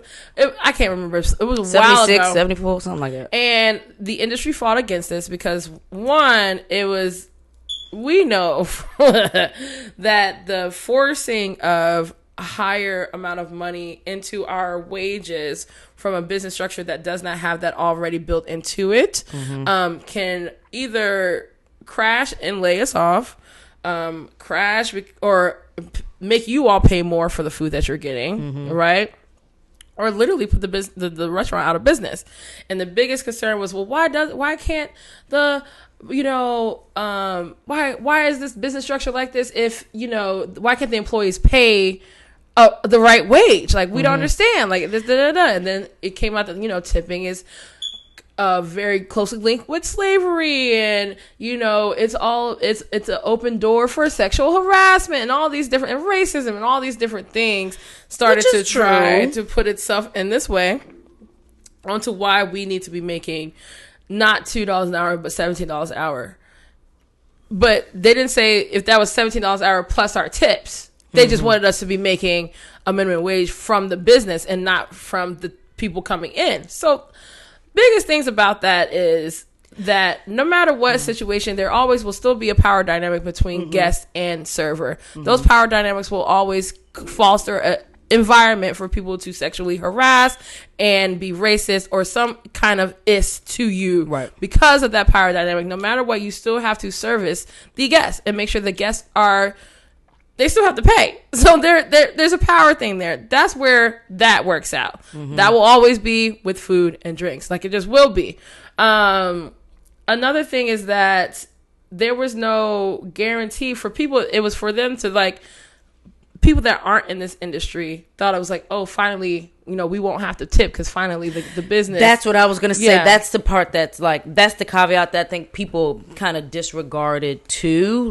Because initially when I heard about what was happening or whatever, I kept any strong opinions kind of removed from it because I was no longer bartending full time. So regardless of which direction it goes in, I'm not directly affected by it, so I keep my opinions to myself. But I was confused still about why bars won't just pay you more fucking money an hour. I want more hourly and my tips. You have me fucked up. That was my only thought about it. Niggas need to be making more out here. It is not cheap to live in DC at all. It's not cheap to live in DC at all. So that part was I don't get it. But I also know most restaurants are not making profit from the food that and this is what people don't understand. They think that because you all see your checks that you're putting down, that all that money is just between the owner and the person serving your table. But that's not true. What it is that restaurants have lots of different cost lines. Not only is it just the rent, but it's also your food, it's also the alcohol, it's also the glassware that you're constantly breaking that we have to constantly buy every time. Dishware. It's the dishware. It's napkins, so linen, labor is laundry. Just one part of the many lines of cost that continues to make sure that the business has to pay back first before they can even get to a profit. Right. So people are thinking that the profit margins are so huge, and it's not like that. This is not an office job where you're pretty much talking about labor and maybe computer supplies and stuff like that. Right. And maybe a janitorial service or something. Yeah, and these are, that's not a lot of lines of cost. You got to actually launder your linen and have a service do it and bring it back. Yeah. And this shit really adds up down to the cost of lemons going up. Keeping your licensing, all these different things, making sure other people have the agro licensing, all these things that happen yearly, monthly, weekly, paying your staff just to train, not even to work. It's just it's so much more that goes into where the money goes for restaurants. And I think that's what people just didn't care to look up. Yeah. Because they just constantly, the question was, well, if you can't pay your staff, your business structure should fail. But That's so restaurants crazy. are not the same as any store. Yeah. It's not the same as any office restaurant. Like, it's just not. Bars and restaurants just aren't that. Don't get me wrong. There are people that are trying. I personally haven't seen a place stay open who tries to do either no tipping or full wages to their staff without a lot of different things suffering. You know what I'm saying? Yeah. Like, I haven't seen a place do it successfully. Or, and if a place is doing it, you have a lot of automated things. Right now, you're looking at a lot of QR codes, or you're ordering it yourself. You're losing that interaction, that experience element of it all, which is also a reason for the loss of jobs. Right. Because automated shit, just like the AI's taking jobs from a lot of other people. Right. We kind of were hoping that it wouldn't hit hospitality in that way, but in some ways it is. I mean, obviously there.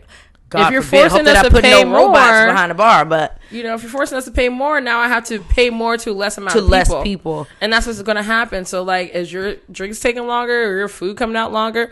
Oh, now I have to pay like $40 for a burger and this types of things. Yeah.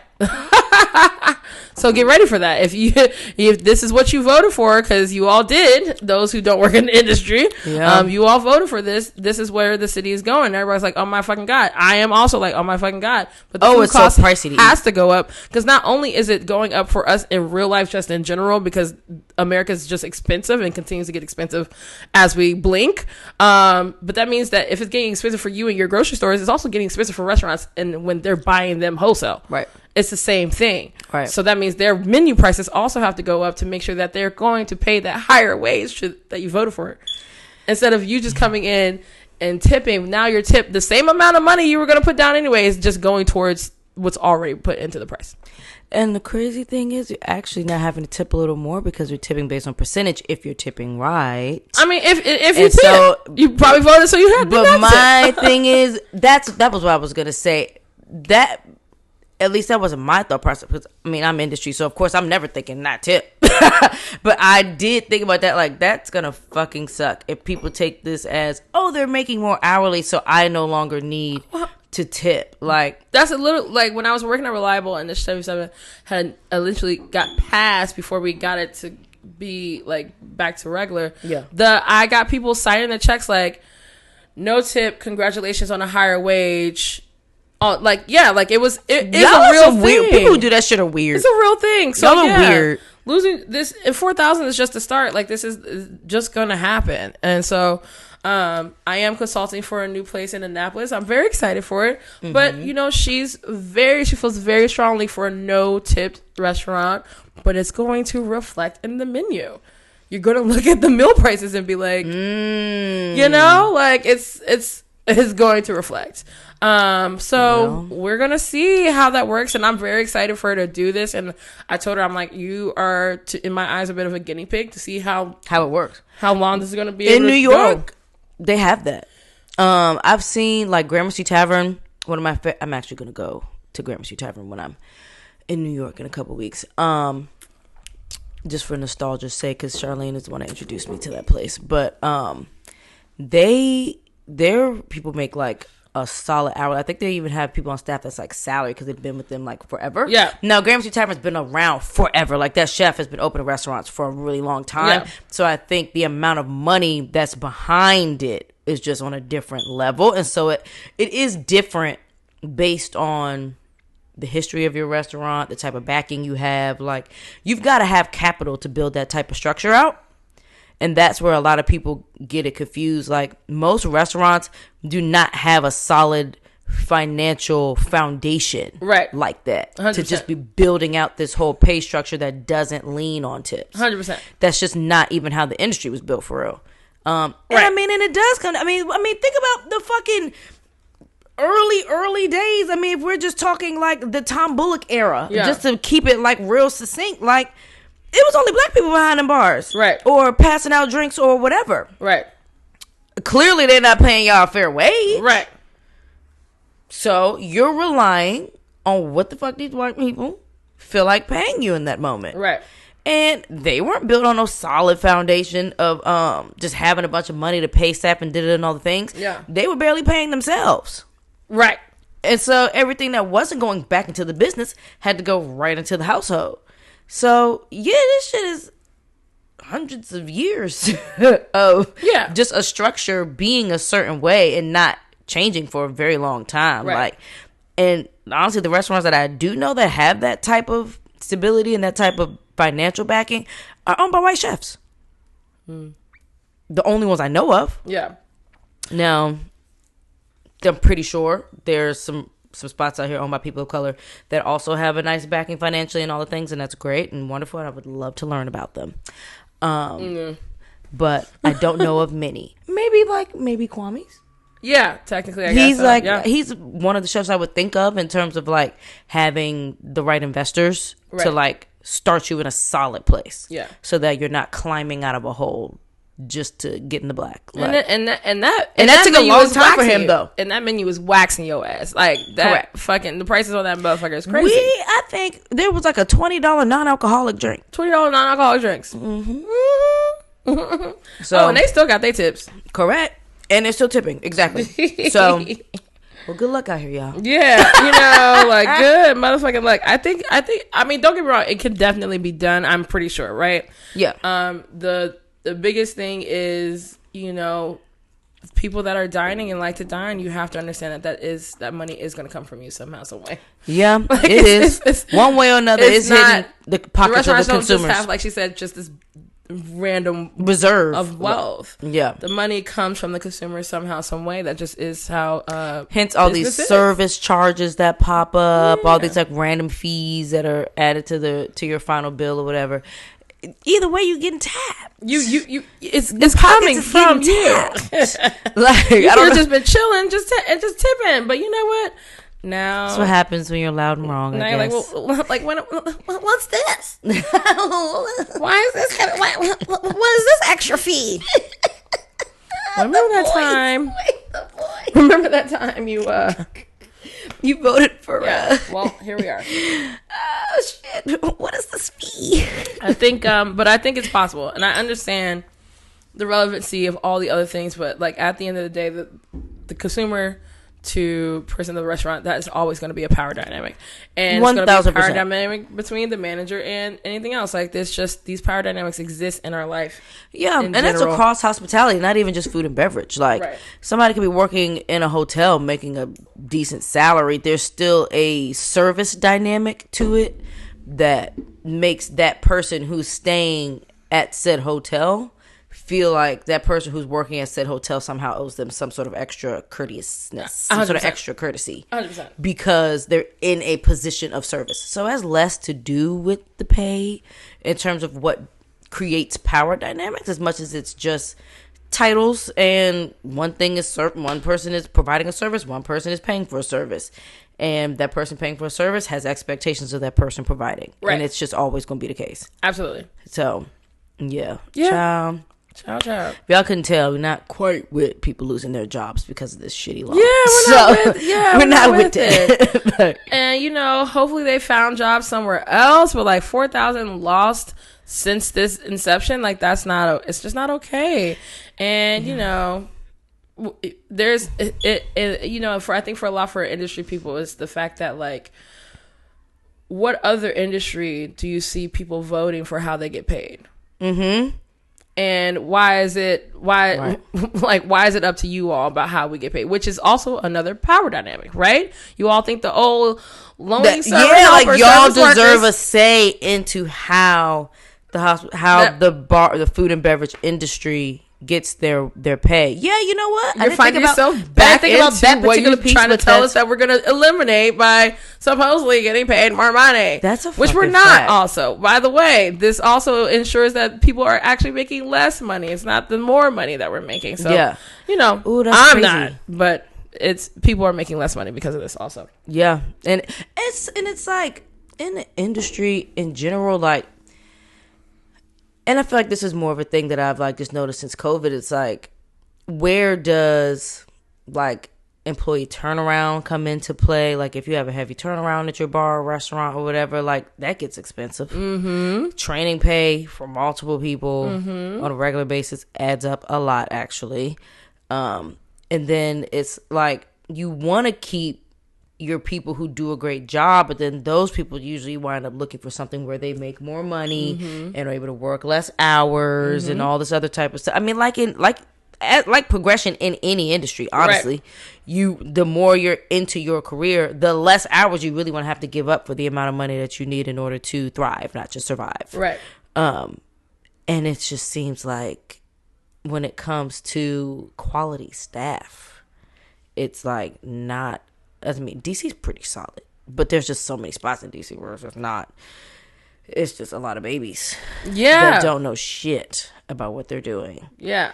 And they're also not being trained properly. Not since 2020. Not since 2020. Sure. It's like all those motherfuckers owners, real estate. Beverage directors or whatever. It's either you have a beverage director who was just kind of thrown into that position because they had some years under their belt, but don't really know how to direct anything. Right. Don't really know how to manage. No one's teaching you. No one's teaching. And so you're not getting trained properly. And it shows in the service, which also then shows in the tip. Because for me, I'm always tip something. But if I'm not happy, I'm not tipping like I'm happy. And I'm not going to tip like I owe you. Because I don't. And so, it's a very slippery slope. But I'm also just very intentional about where I go, too. So, and that kind of sucks. Because it's like, I can count on like less than 2 hands how many spots I regularly go in and not flinch about what I'm paying. So... That's unfortunate for all the spots in the city. Like, every time. Oh well, here we are. You know, gotta get ready to pay for that when you want to go out. Right, you gotta be prepared. That's gonna be like a phone bill. That's because these phone bills is crazy. These phone bills, my shit is approaching $300 right. That's okay. My shit ain't that far. It's well, 2 phones. If I go out of my international travel, $10 a day type shit. Yes. It's you phones. Verizon? Yes. Okay, so yeah, but that's actually not bad. What Verizon got going on is not bad for that like, per day shit. Right. My international plan is actually pretty good, but like. Yeah, I've reached like 180. Yeah, nah, by myself. 200 like, on a singular phone. Yeah. So like it's ridiculous. Very wild. My shit has crept up to $290 for 2 phones. Yeah, like what we doing? And it's like stupid little like inch in here. It's an extra $10 per phone here. An extra. I'll be confused. Like then the state and I'm can not have trying its to look own at tax. the statement every motherfucking time. Oh, I look. What the fuck y'all putting on my shit? And now Verizon will show you. Damn. Verizon will show you now because I'm sure they're sick of getting calls about. I'm trying to figure out why my bill went up. What is this? Stuff. Now they'll show you. You paid this last month. This month. Here's what changed. Low key, I might get the 16 soon though. I am contemplating. I don't know. Well, you got the 14, right? I got the 14 Pro Max. Oh, I got the 14. Okay. Yeah, so I didn't realize that the 16 even came out.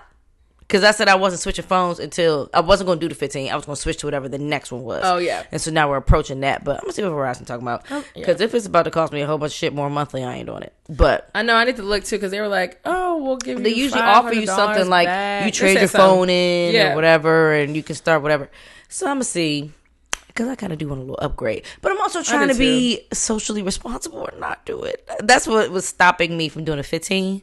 Was because apparently we have to stop constantly upgrading our phones. Because all the mining that they're doing for the shit that goes in the phone. Well, tell them to stop making them.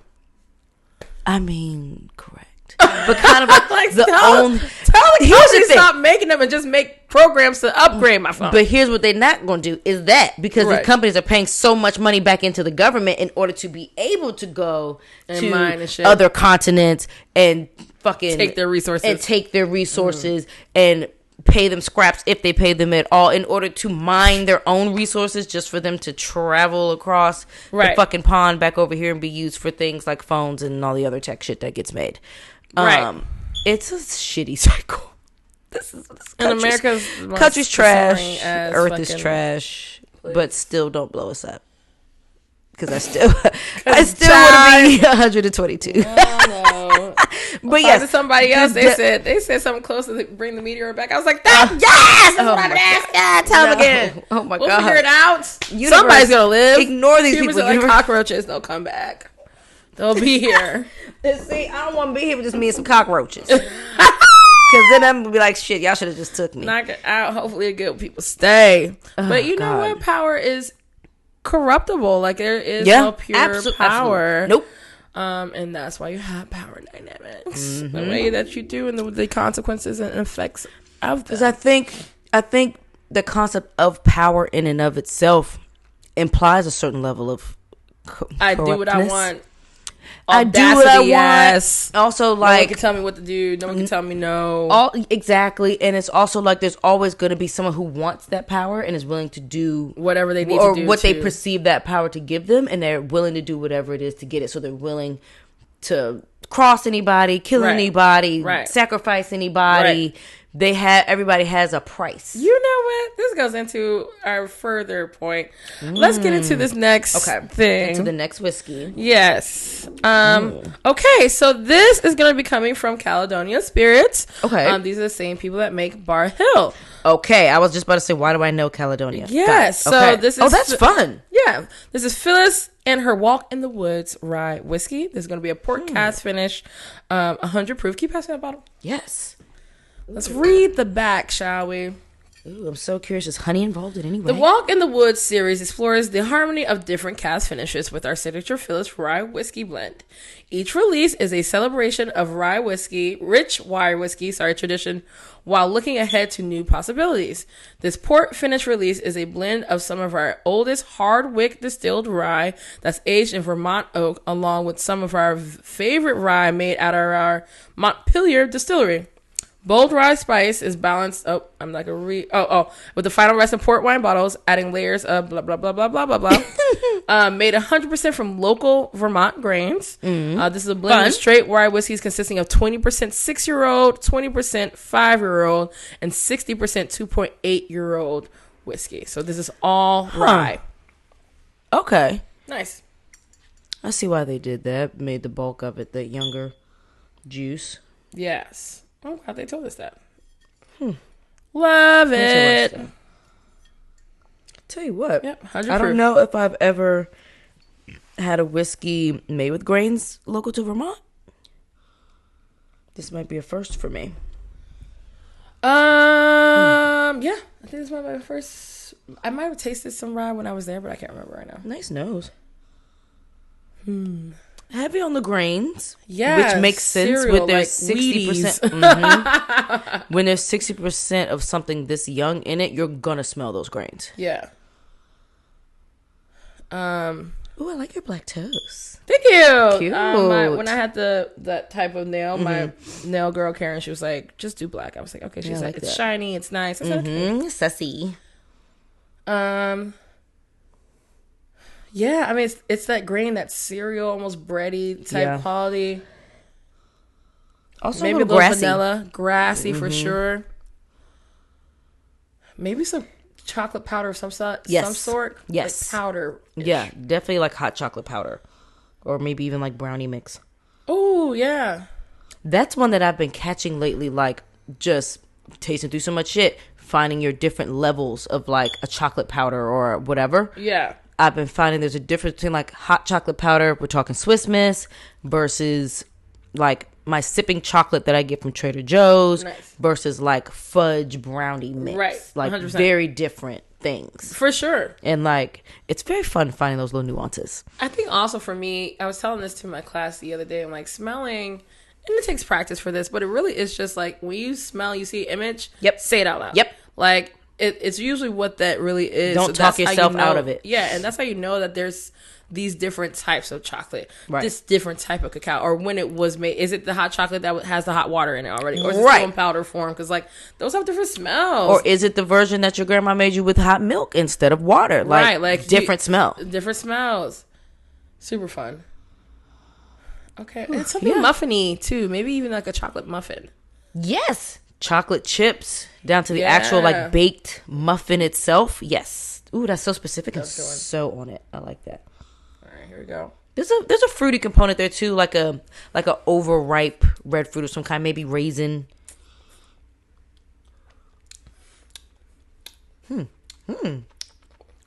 I don't know. Wow. Ooh. Okay. Definitely gives me. This was in sherry cask, yeah. Port cask. Okay. I was going to say, definitely gives me port cask finishing for sure. I think the Vermont, I don't know what Vermont oak is like. Right. So I think this kind is of wish we had a variation of this that wasn't finished in something, just to compare the base with the finished product. Because that way we could have tasted what a Vermont whiskey gives without the influence of a different cask. Definitely a dark chocolate finish. Like, that's the lingering dark chocolate and some kind of, like, red fruit. Yes. On the finish. Down to the skins. The reason why I did this is because the first few feels and tastes like it's something unrecognizable to me. Which is probably that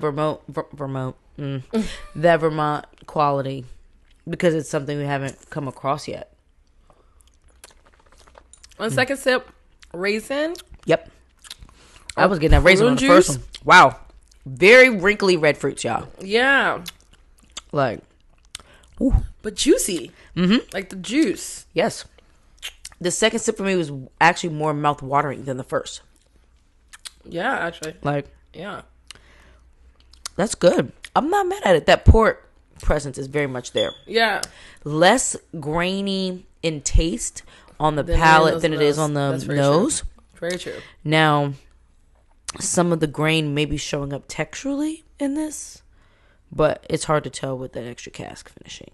For sure. It's hard to kind of pinpoint it. I feel like if we were just tasting like the base rye, we would be able to pinpoint more of those things. But no, it's good though.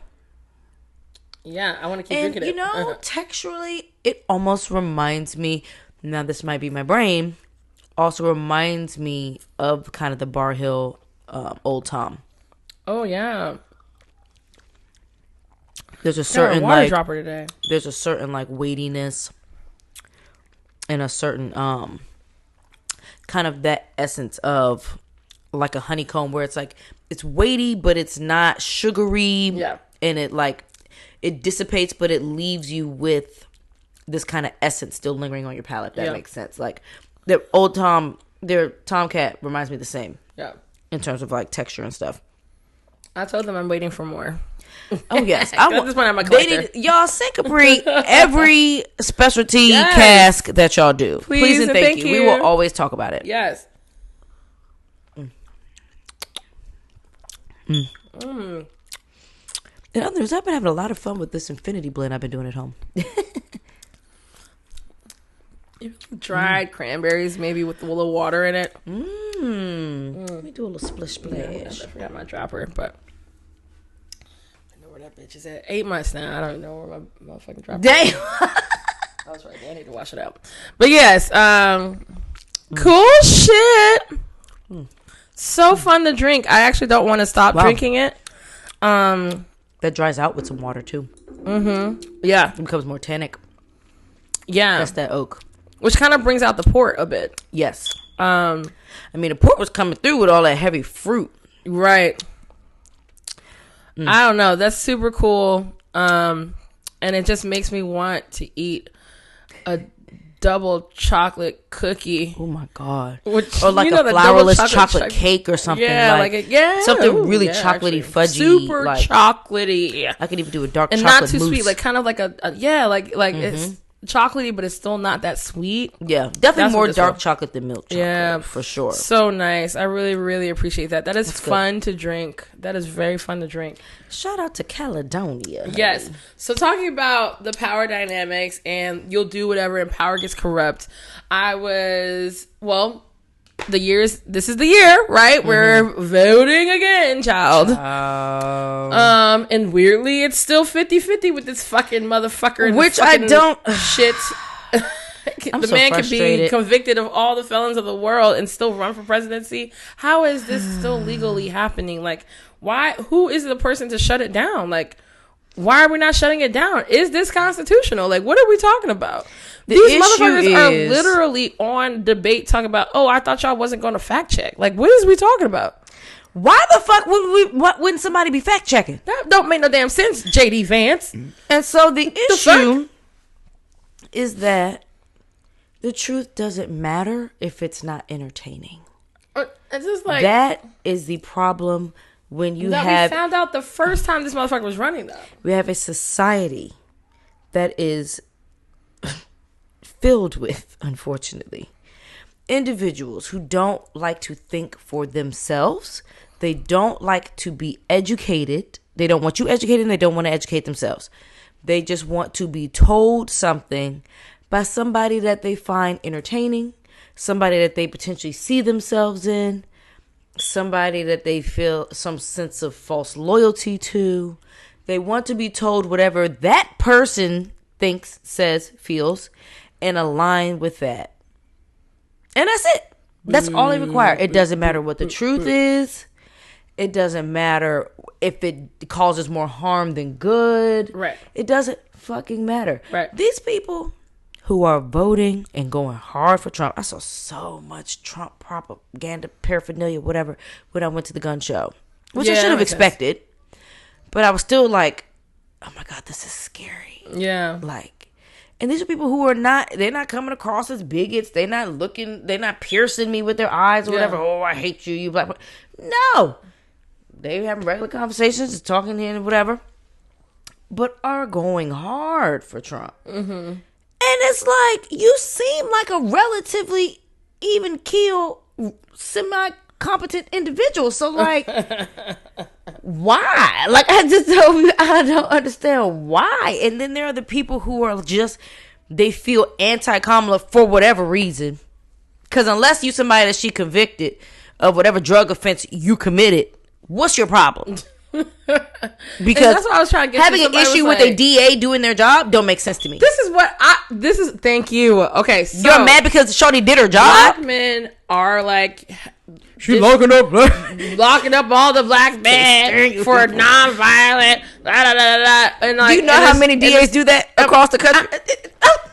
I was saying, like, she's literally saying the shit I was saying. Mad because she did her job in California. And she did her job to the best of her ability because she was a black woman. Well, I mean, she's Jamaican and Indian. Because she's a black woman. Why would it come down to the black folks? Ain't no way she can be black and put all these y'all want to dissect their ethnicity so bad. Her path led her to be a motherfucking attorney general. Her being the best attorney general that she could be. I think she was that too at one point. But the attorney general that she could be means that she had to lock these motherfuckers up.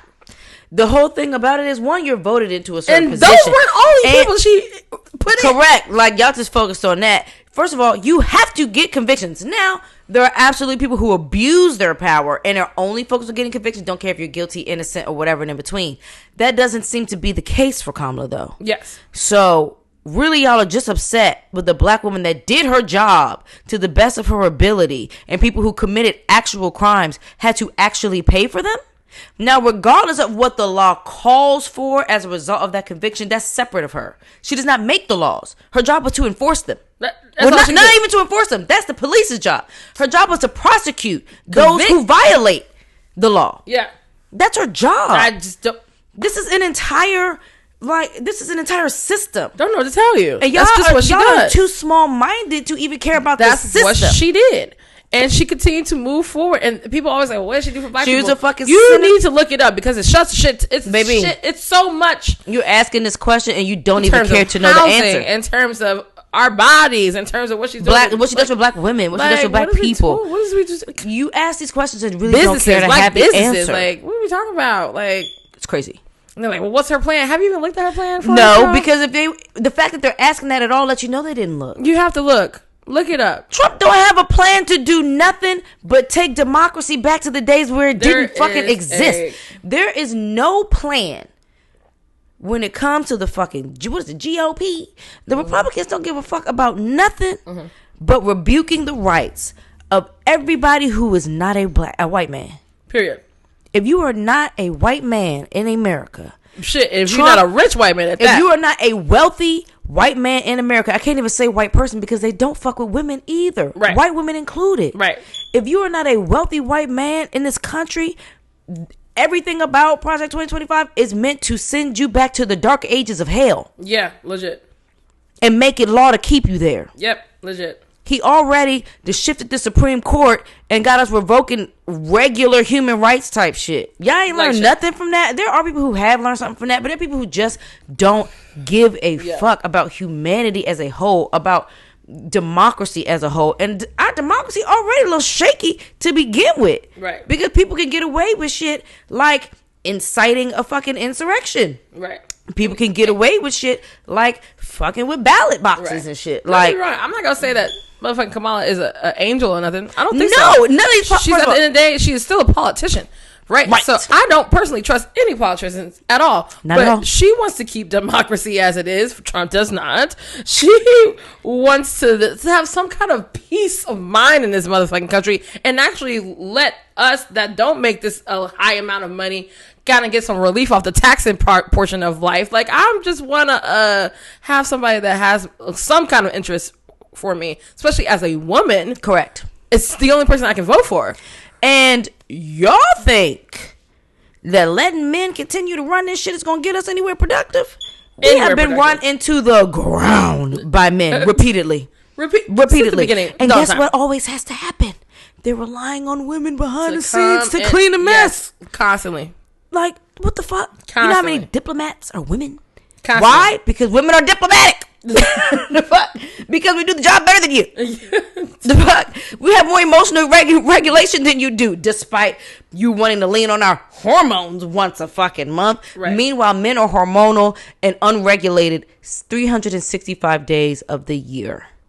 You operate off of ego and hurt feelings and fucking power struggles and fucking misunderstandings and miscommunications because you can't communicate.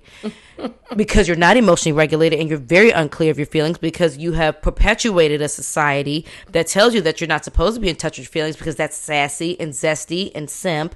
And y'all think that's the way to run a country that has to engage with other countries that are holding on to nuclear weapons and waiting for us to step on their toes hard enough to hit the button? Yeah. Like, where are the people who see the bigger picture? Not empowered. Where are the people who see that continuing to allow large corporations with generations of just building wealth off of stripping the earth of its resources, off of underpaying just about everybody who works for you and creating a fucking class of people who are always going to be reliant on the little bit of money that you pay them and keep them in this cycle that further, and then they're still turning around and buying the products that continue to make you rich and barely pay them. Like, all that shit just disturbs my soul. That's the type of shit that keeps me up at night. And the fact that I can't do anything about it just is like, except for talk to you about how stupid and horrible it is. And right. Please. And encourage niggas to vote. Yeah. And to vote smartly.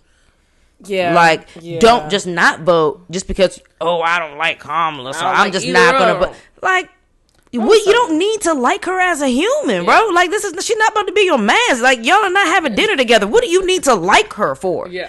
Like, you like Trump is what you're saying? Look up what her plan is for the American people and get into it. She's really actually trying to not leave the world a worse off place than when she found our country as a worse off place. Like, she's trying to, be still a powerhouse still. If that's what you're worried about too, is like, America going soft. That's not how it's going to look. That's not how it's going to be. And honestly, I'd rather America go a little soft than go dumb. Yeah. Well, we already went dumb. We done went stupid. I think America was dumb in its inception. So there's that. It's approaching retard. Yeah. Like, the fact that this is even a conversation that Trump has run again, retard. Like, how do we get there, bro? He's a convicted felon. Ain't seen a lick of jail time. And is running for a second presidency. Bruh. Retard. Bruh. Like, what is we talking about? Mind blowing. I'm mind blown. I'm mind blown as fuck. I'm just gonna call this one mind fuck. Like, what is we talking about? Like, how did we even get here, Shawty? This shit is sad. I'll tell you what. I'm registered to vote. I will be voting. I refuse. I'm definitely voting to not have my voice heard because this shit is crazy. Also, I would just like to see a woman. I voted for Hillary. I want to see a woman in the White House. I just don't. I can't with you men. I can't. I'm tired. Y'all have proven to not do a good job repeatedly. Sorry, not sorry. Just like, something. Yeah, there's a disconnect. Yeah. Obama tried his best. Yeah. But he needed Michelle. God damn it. He needed that lady. He still needs that lady. Yeah. And so, y'all need us in general. Let's just tell the truth for fucking once in this country. And just acknowledge that really we're able to still function and be above water because of women. It's not because of you men. I'm so sorry to break it to you. But like, no. Y'all left to your own devices? Absolutely not. I mean, she ain't wrong. She's not wrong. Granted, we need y'all too. Women need men. Yeah. We need women. Yeah. It's not a one or the other. No, it's not. We need each other. 100%. Men are the only ones trying to convince themselves that women are just out here obsolete in terms of what we contribute to this fucking planet. Yeah, for sure. Like, across every level. Yeah. Like, you literally wouldn't exist if you didn't come out of a womb. 100%. And we know it's not all of y'all. But yes. Maybe some of y'all are not coming out of wombs. I don't know. Maybe y'all are aliens coming down from pods. We know not all men are bad. We And know. We get it. We know not all men feel this way, but let the zeitgeist and let the general energy that tends to triculate throughout society be considered. That's the way it comes across. Mm-hmm. Is like around the world. Oh, women just can't do the job. Around the world, globally. Oh, absolutely. Mm-hmm. Yeah, this is not. Absolutely. It is, yeah. I mean, there are whole religions where women are expected to just play the background. They have to go in through back doors. Like, to go into a mosque, women have a separate entrance than the men, and it's usually in the back somewhere. They have their own place in the mosque when it comes for prayer. They got to be in the back. Yeah. Men are in the front. Yep. But at the same time, a man does not have the option to not take care of his household either, though. Yeah. Like, the requirement is that you provide for the household. Yeah. If your wife makes money, that's her money. I'll take that trade-off. I'll take the back door. I get to keep all my coin and spend yours. Sure. Why not? That's a trade I'll consider. I don't know. I consider it. I don't know if I'm quite going to do it, but I consider it. Back doors all the damn time. Or be fully covered or whatever the fuck. Yes, that too. And men get to just walk around with their eyeballs and their whole face showing and all that. And then women got to cover everything up into the eyeballs. I get it if I was born into it. I would probably understand it, but... Right. It's because it definitely matters what you've been exposed to prior to. If you're not exposed to anything different, you don't know better, worse, right, wrong, whatever. Right. So, there's that too. Yeah, 100%. But, child... a mess. All right, let's get into this next one. Vote, people. Just vote. Yes, so this is going to be our Novo Fogo. Cachaca. Cachaca is a spirit made from sugarcane juice out of Brazil. Novo Fogo partnered with a DJ group called Sophie Tucker to make this version. And it's named after their first song, Drinky, which was a song about the woman in the group becoming sober because she was drinking so much that she was talking to herself and doing these things. And pretty much throughout the song, I just learned this, that she says she decides what she devours. And she just, no longer wanted to be consumed by the ways in which alcohol made her feel or do or so. So she's a sober girl. But they partnered with her about this flavor, and they also partnered with them for their non-alcoholic mate, sparkling mate cans. Yeah, super cool. So that is cool. That's tight. I love a good story. I don't remember how in which they infused or did passion fruit in this, but it's in there. I can't. It might be on the back of the bottle. And it smells great. Yeah, it smells like vanilla. Passion fruit. It smells like a passion fruit dessert. Yeah, grassy. Yes, it's still all that cachaça essence, very much still there. That earthy, grassy. 100%, yeah. A little bit of funk, but then it's got this yummy passion fruit. I mean, it's very straightforward. Passion fruit, vanilla. Yep. Wow, a lot of vanilla actually. Sugar. As in like white sugar. Yeah. Like, definitely something to be mixed. I definitely want this more in a cocktail than I want sipping. I would love to decorate this right now. Finish is kind of bubblegummy. Agreed. Yeah, very bubblegummy. Like, yeah, like that powdery bubblegum that comes out of the plastic and it's got the little white powder on it. Right. It's like that. Wow. Also, it's very straightforward. I mean, the passion fruit is passion fruiting. Yeah. The grass is grassing. That's about it. It's straightforward. Passion which I'm never mad at. Fogo. Yes. It's hilarious. Also in the news, of course, everybody knows it's flooding all of our timelines. Diddy the Diddler is diddled into Diddy the Diddler. Oh shit! being arrested. I guess he's not locked up, but he has been arrested. I don't really know. He's locked up because he's remanded without bail. Shit. They wouldn't grant his ass bail, and he's on suicide watch because he's going to pay for it.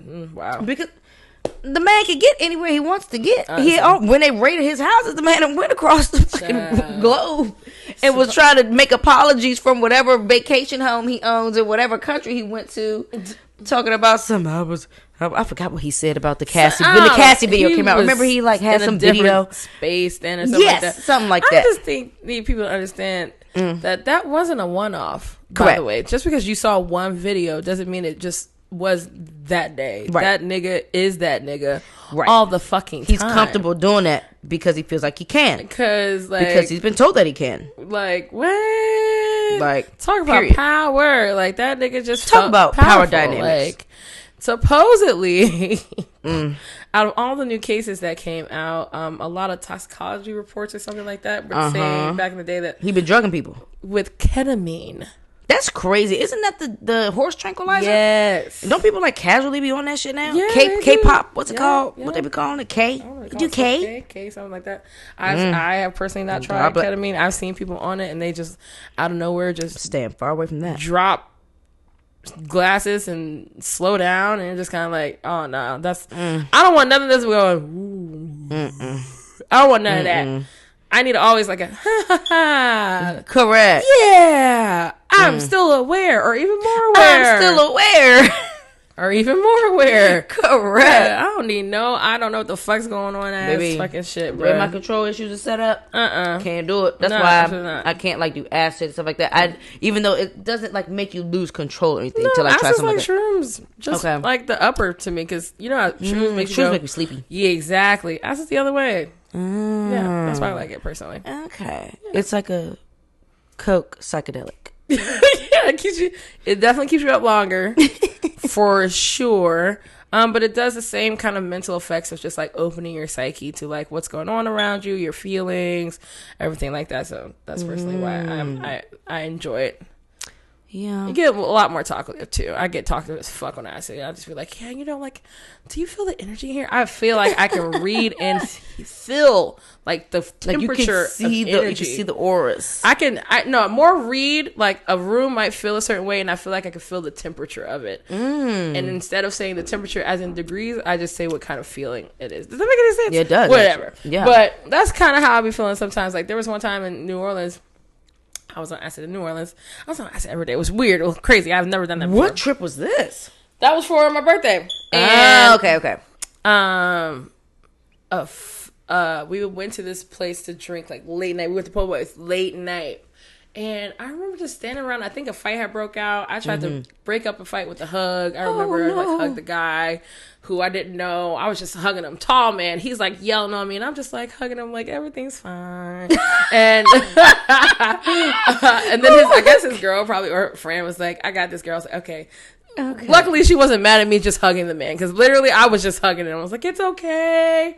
Maybe she could tell that you probably was floating yourself. Yeah, but after that, I remember just standing in the corner and just feeling like there comes a point in that city that the drinking is not just it's a little about fun and more about the depression of coping. Yeah, the city. And you can kind of just feel it in the room that people kind of needed to be there because being anywhere else would just not be mentally fine for them, and they just needed to be consuming for a coping situation. Yeah. And I think that's what gets a little bit, that's the only thing. I love New Orleans. I love it. But I think that's a part of its culture a little bit, especially when it gets around the hurricane season and stuff like that, where people have to constantly go through this hurricane season depression that happens because you just really and that's don't a different know. Type of seasonal depression. It's like uncertainty, anxiety, trauma from what's happened before. 100%. Like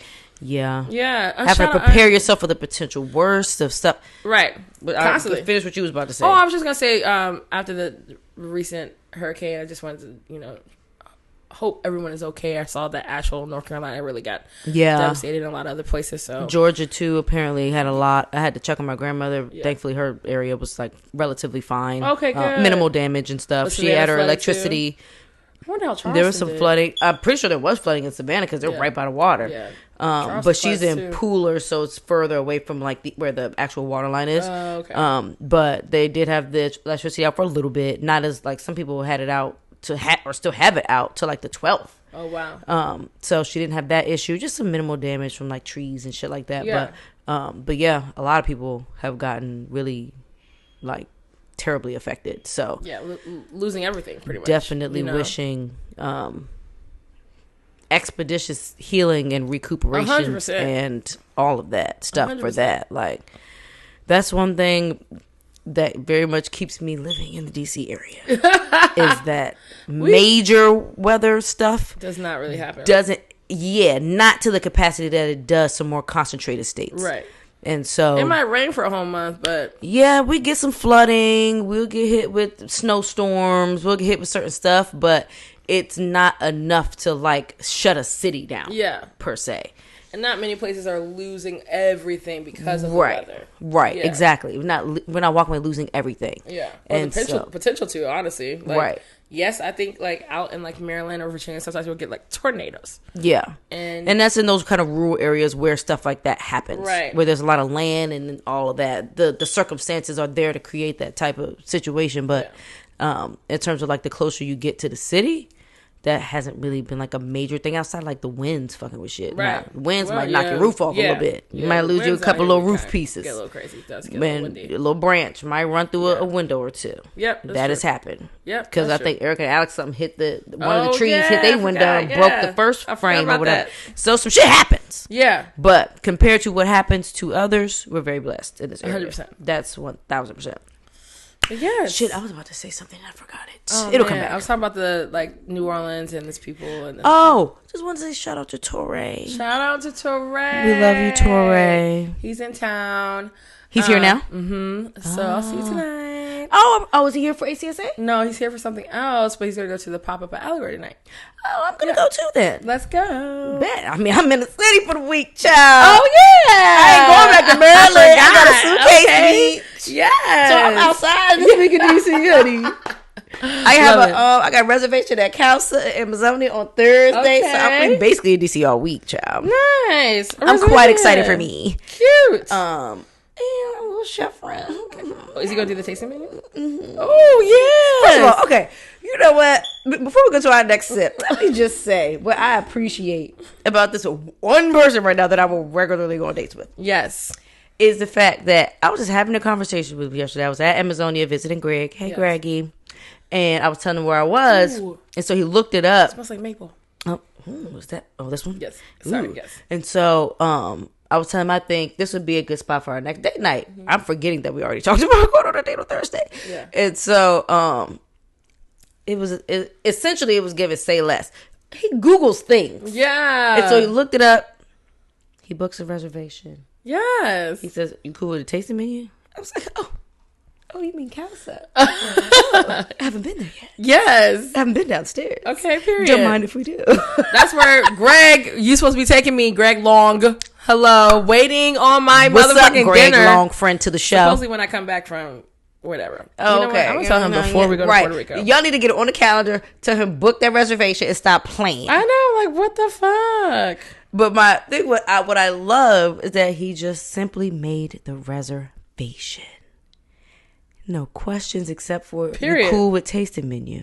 Period. Yes, I'm cool with a tasting Girl, menu. I love that. How kind of you to ask. Right. How grown man of you to Yeah. just make the fucking reservation. Period. And what I like is that I can show up to a restaurant and not order a fucking thing. I just pick the wine or the cocktail. Mm-hmm. And everything that comes out is fucking fantastic. I appreciate that in a date. Hell yeah. Take the fucking lead, for God's sakes. Let me know I can trust you. I feel And I this can is so let good. my wrists go limp. That is my mission in life, is to let my Operation Daint. Shout out to Vadita. We called it Operation Daint. Trying to be dainty. I'm trying to put Boss D to the side in my dating life. That's real. Because that's probably the only place it's going to be put aside. Yeah. And let my wrist go limp. That's all I want to do is let my wrist go limp. And carry a housewife purse with barely anything in it because I don't need anything. Yes. That's all I want. Nothing wrong with that. And so we're manifesting. Yes. I want that too. Shout out to that man. Someone that takes initiative on the dating is really great. I love that. Just take I would initiative. love that. Be the leader. Let me fall back. Yeah, something. Like, ugh. Don't put it on me. But see, I guess it also helps that, like, we're in a similar space. Like, yes. He's a chef. He works for himself, which is great. And so he's heavier on the catering side versus being tethered to a restaurant. And so very much relate in that because 9 years of my career was in that space. Yeah. And so I get that world and I get the hecticness of it, especially when you work for yourself. Yeah. But also there's like a mutual appreciation for just like really great food and drinks. Yeah.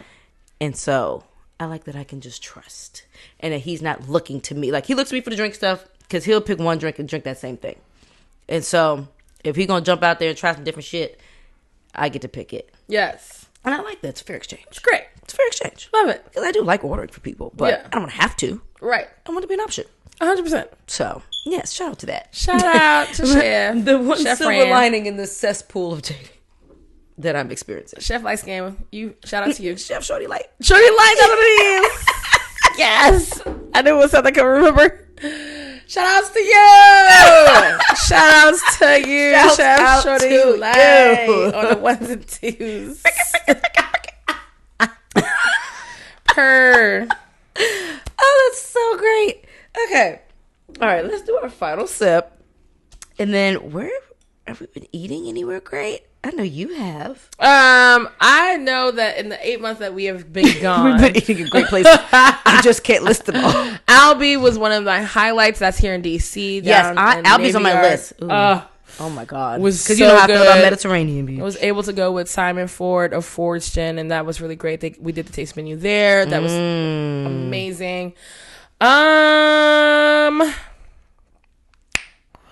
I got to go to, so I followed this on the way to South Africa. We had a 10-hour layover in London, and I went to the one place that I've been wanting to go because I've been following this page forever, the Strakers, and they were delicious. They met every expectation I thought they were going to make.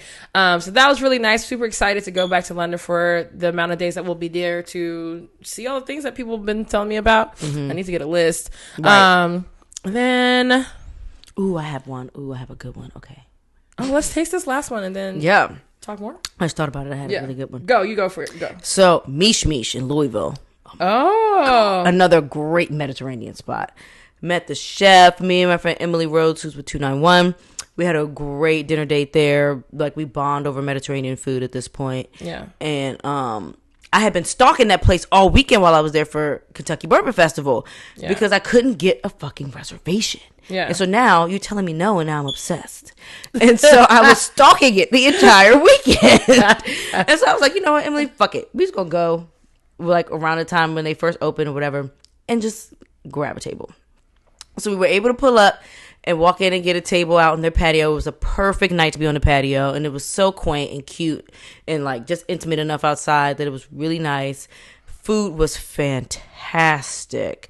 Cocktails, fantastic. Great wine. I think I had a Lambrusco that was really good. Yeah.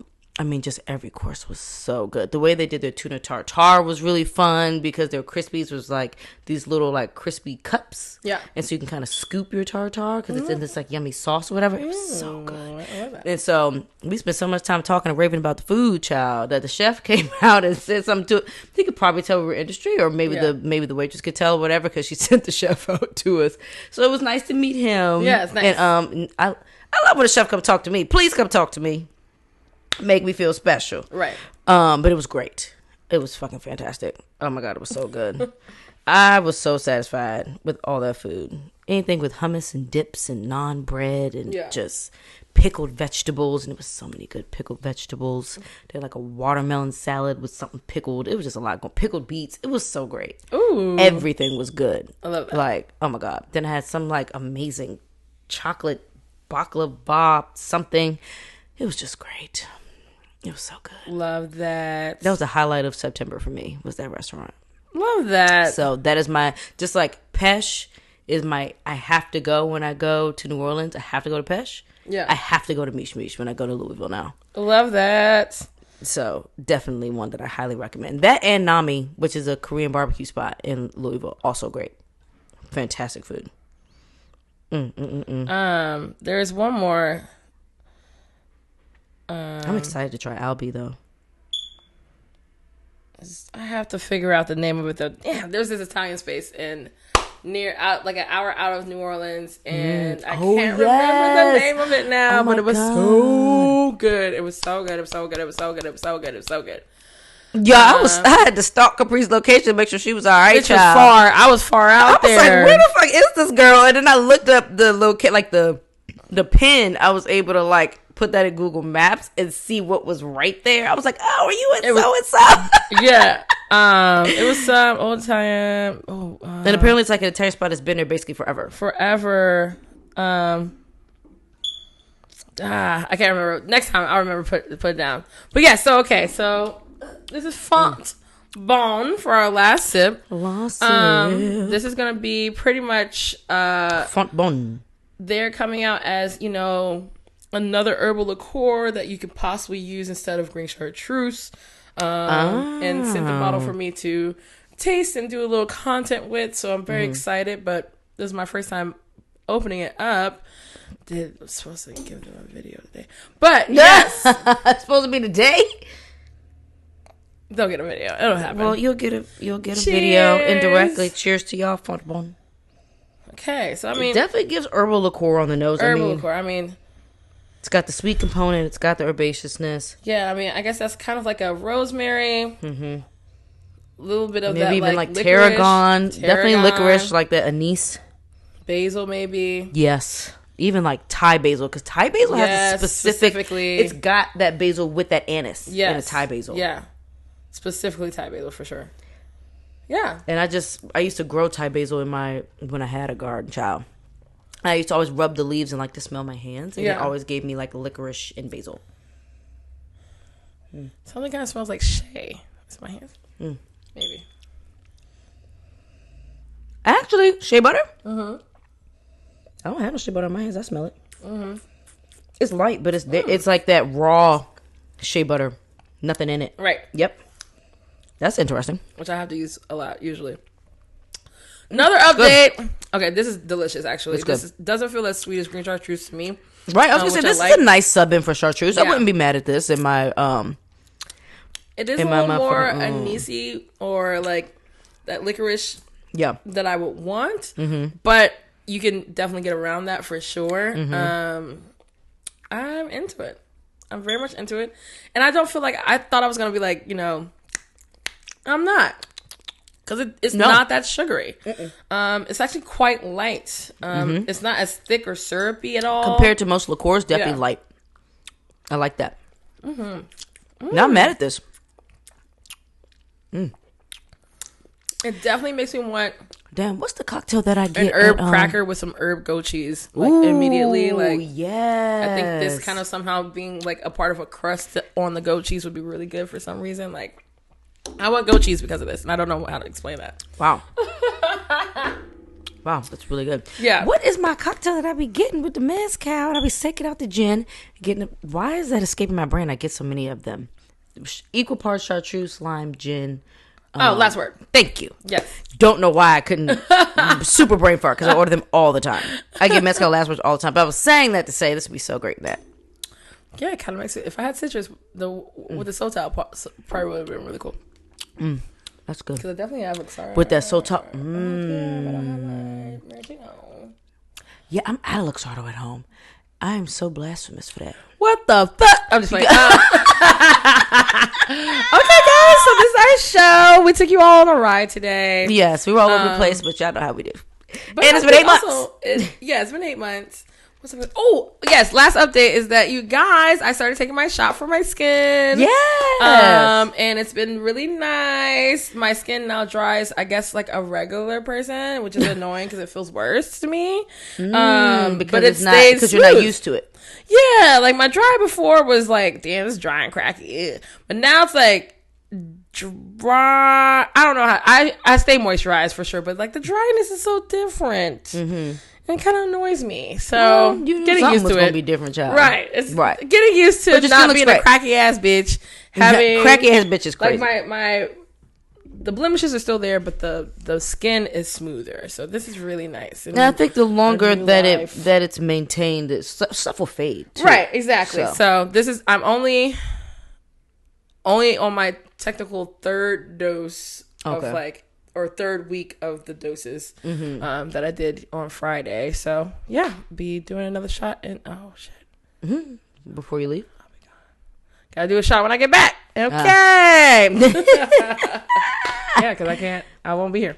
But yeah. All right, y'all. Well, don't forget to like, share, comment, engage, subscribe. First of all, that was engage.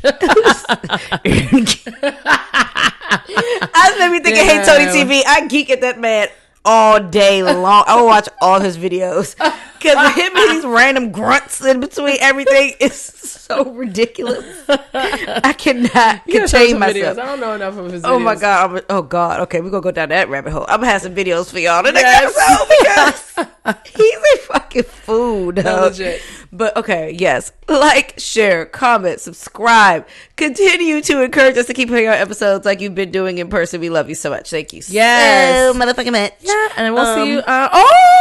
Wait. Ooh, okay. We have a bonus pour. We have a bonus pour. I forgot. I drank all my Sotol so that I can have room for my bonus pour. That will cheers with. Okay. So our bonus pour. Ooh, you tell us about this actually. So honestly, I don't know what the fuck is. So let's read the bottle. This was a gift from Jay. Sol Tarasco. Jay. Sharanda. Yes. So aged. Pressed sugarcane. DO estate grown and pressed sugarcane in red volcanic soil.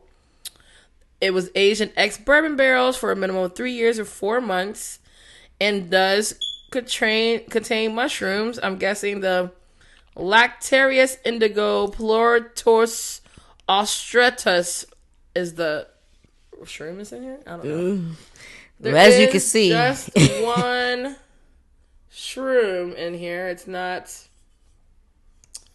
more than one, which can't give that much of an effect. Like right?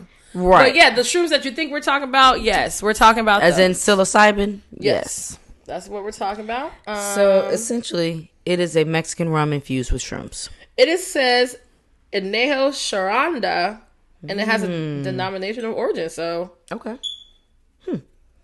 And this is bottle number 2. Oh, so it's like their second batch or bottle number 2. Oh no, botella. I don't know. Botella. Let's Google translate that whole. With this, I don't know. Botella. Let's also look up Lactarius indigo. Bitch, that's a lot to spell. Lactarius. Italian, Spanish. What the hell? Okay, it is a type of Lactarius indigo. Oh, yep, there it is. Botella is bottle, so that's bottle number 2. Okay. Wow. What? Okay. Commonly known as the indigo milk cap. I didn't want to go through milk cap. Milky indigo lactarius, blue lactarius, a blue milk mushroom is a species of agaric fungus in the family Rosalis. The fruit body color ranges from dark to blue.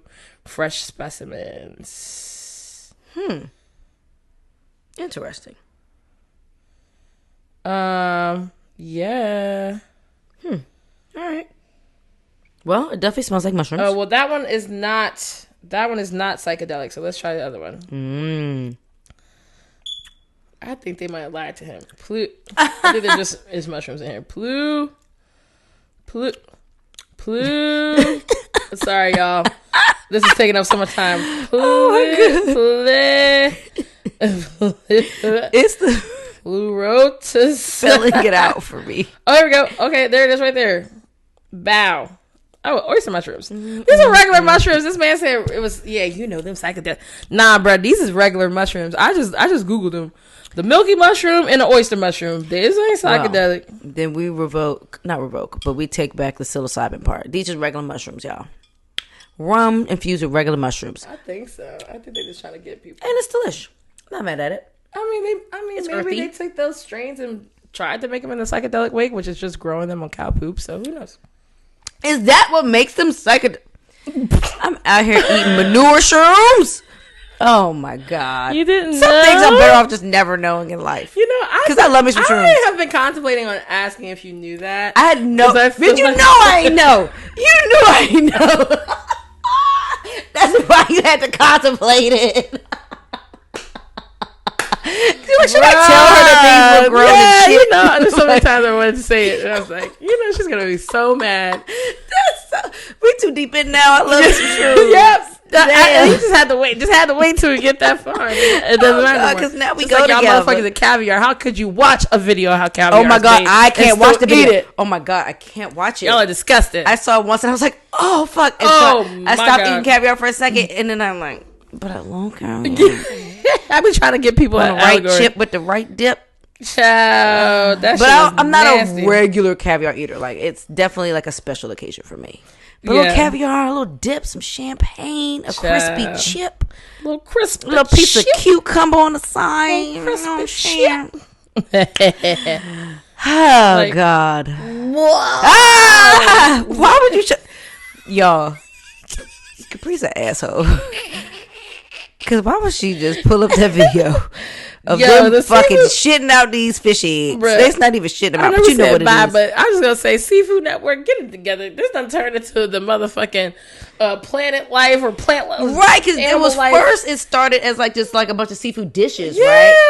Yeah, now they showing y'all how caviar comes out. Shit. I'm like, what's happening? I guess they got tired of making salmon bites and shit. Yeah, because all that shit was salmon. It's like, well, give salmon bite this and smothered crab give that. Give people something else. Don't give people trauma. The comments is like, if y'all don't go back to my salmon pasta, I don't want to see this shit no more. But give me my Cajun salmon pasta back. I need more recipes of the same thing. The same fucking thing. You give me it's one honey glaze. You give me one Cajun. First I thought there was one fruit. First I thought this smells great. Mm-hmm. Maple. Nice. Yes. Honey. Yes. That like just some kind of like cool like caramelized wood sugars, if that makes any sense. Wood sugars is yes, definitely like some torched sugar, like something being cooked down to just about caramelization, but not quite there. Mm-hmm. There's that earthiness of the mushrooms too on the nose. Realistically, if I didn't know the breed, what was your next move? What good is their info really? Gonna go buy one tomorrow.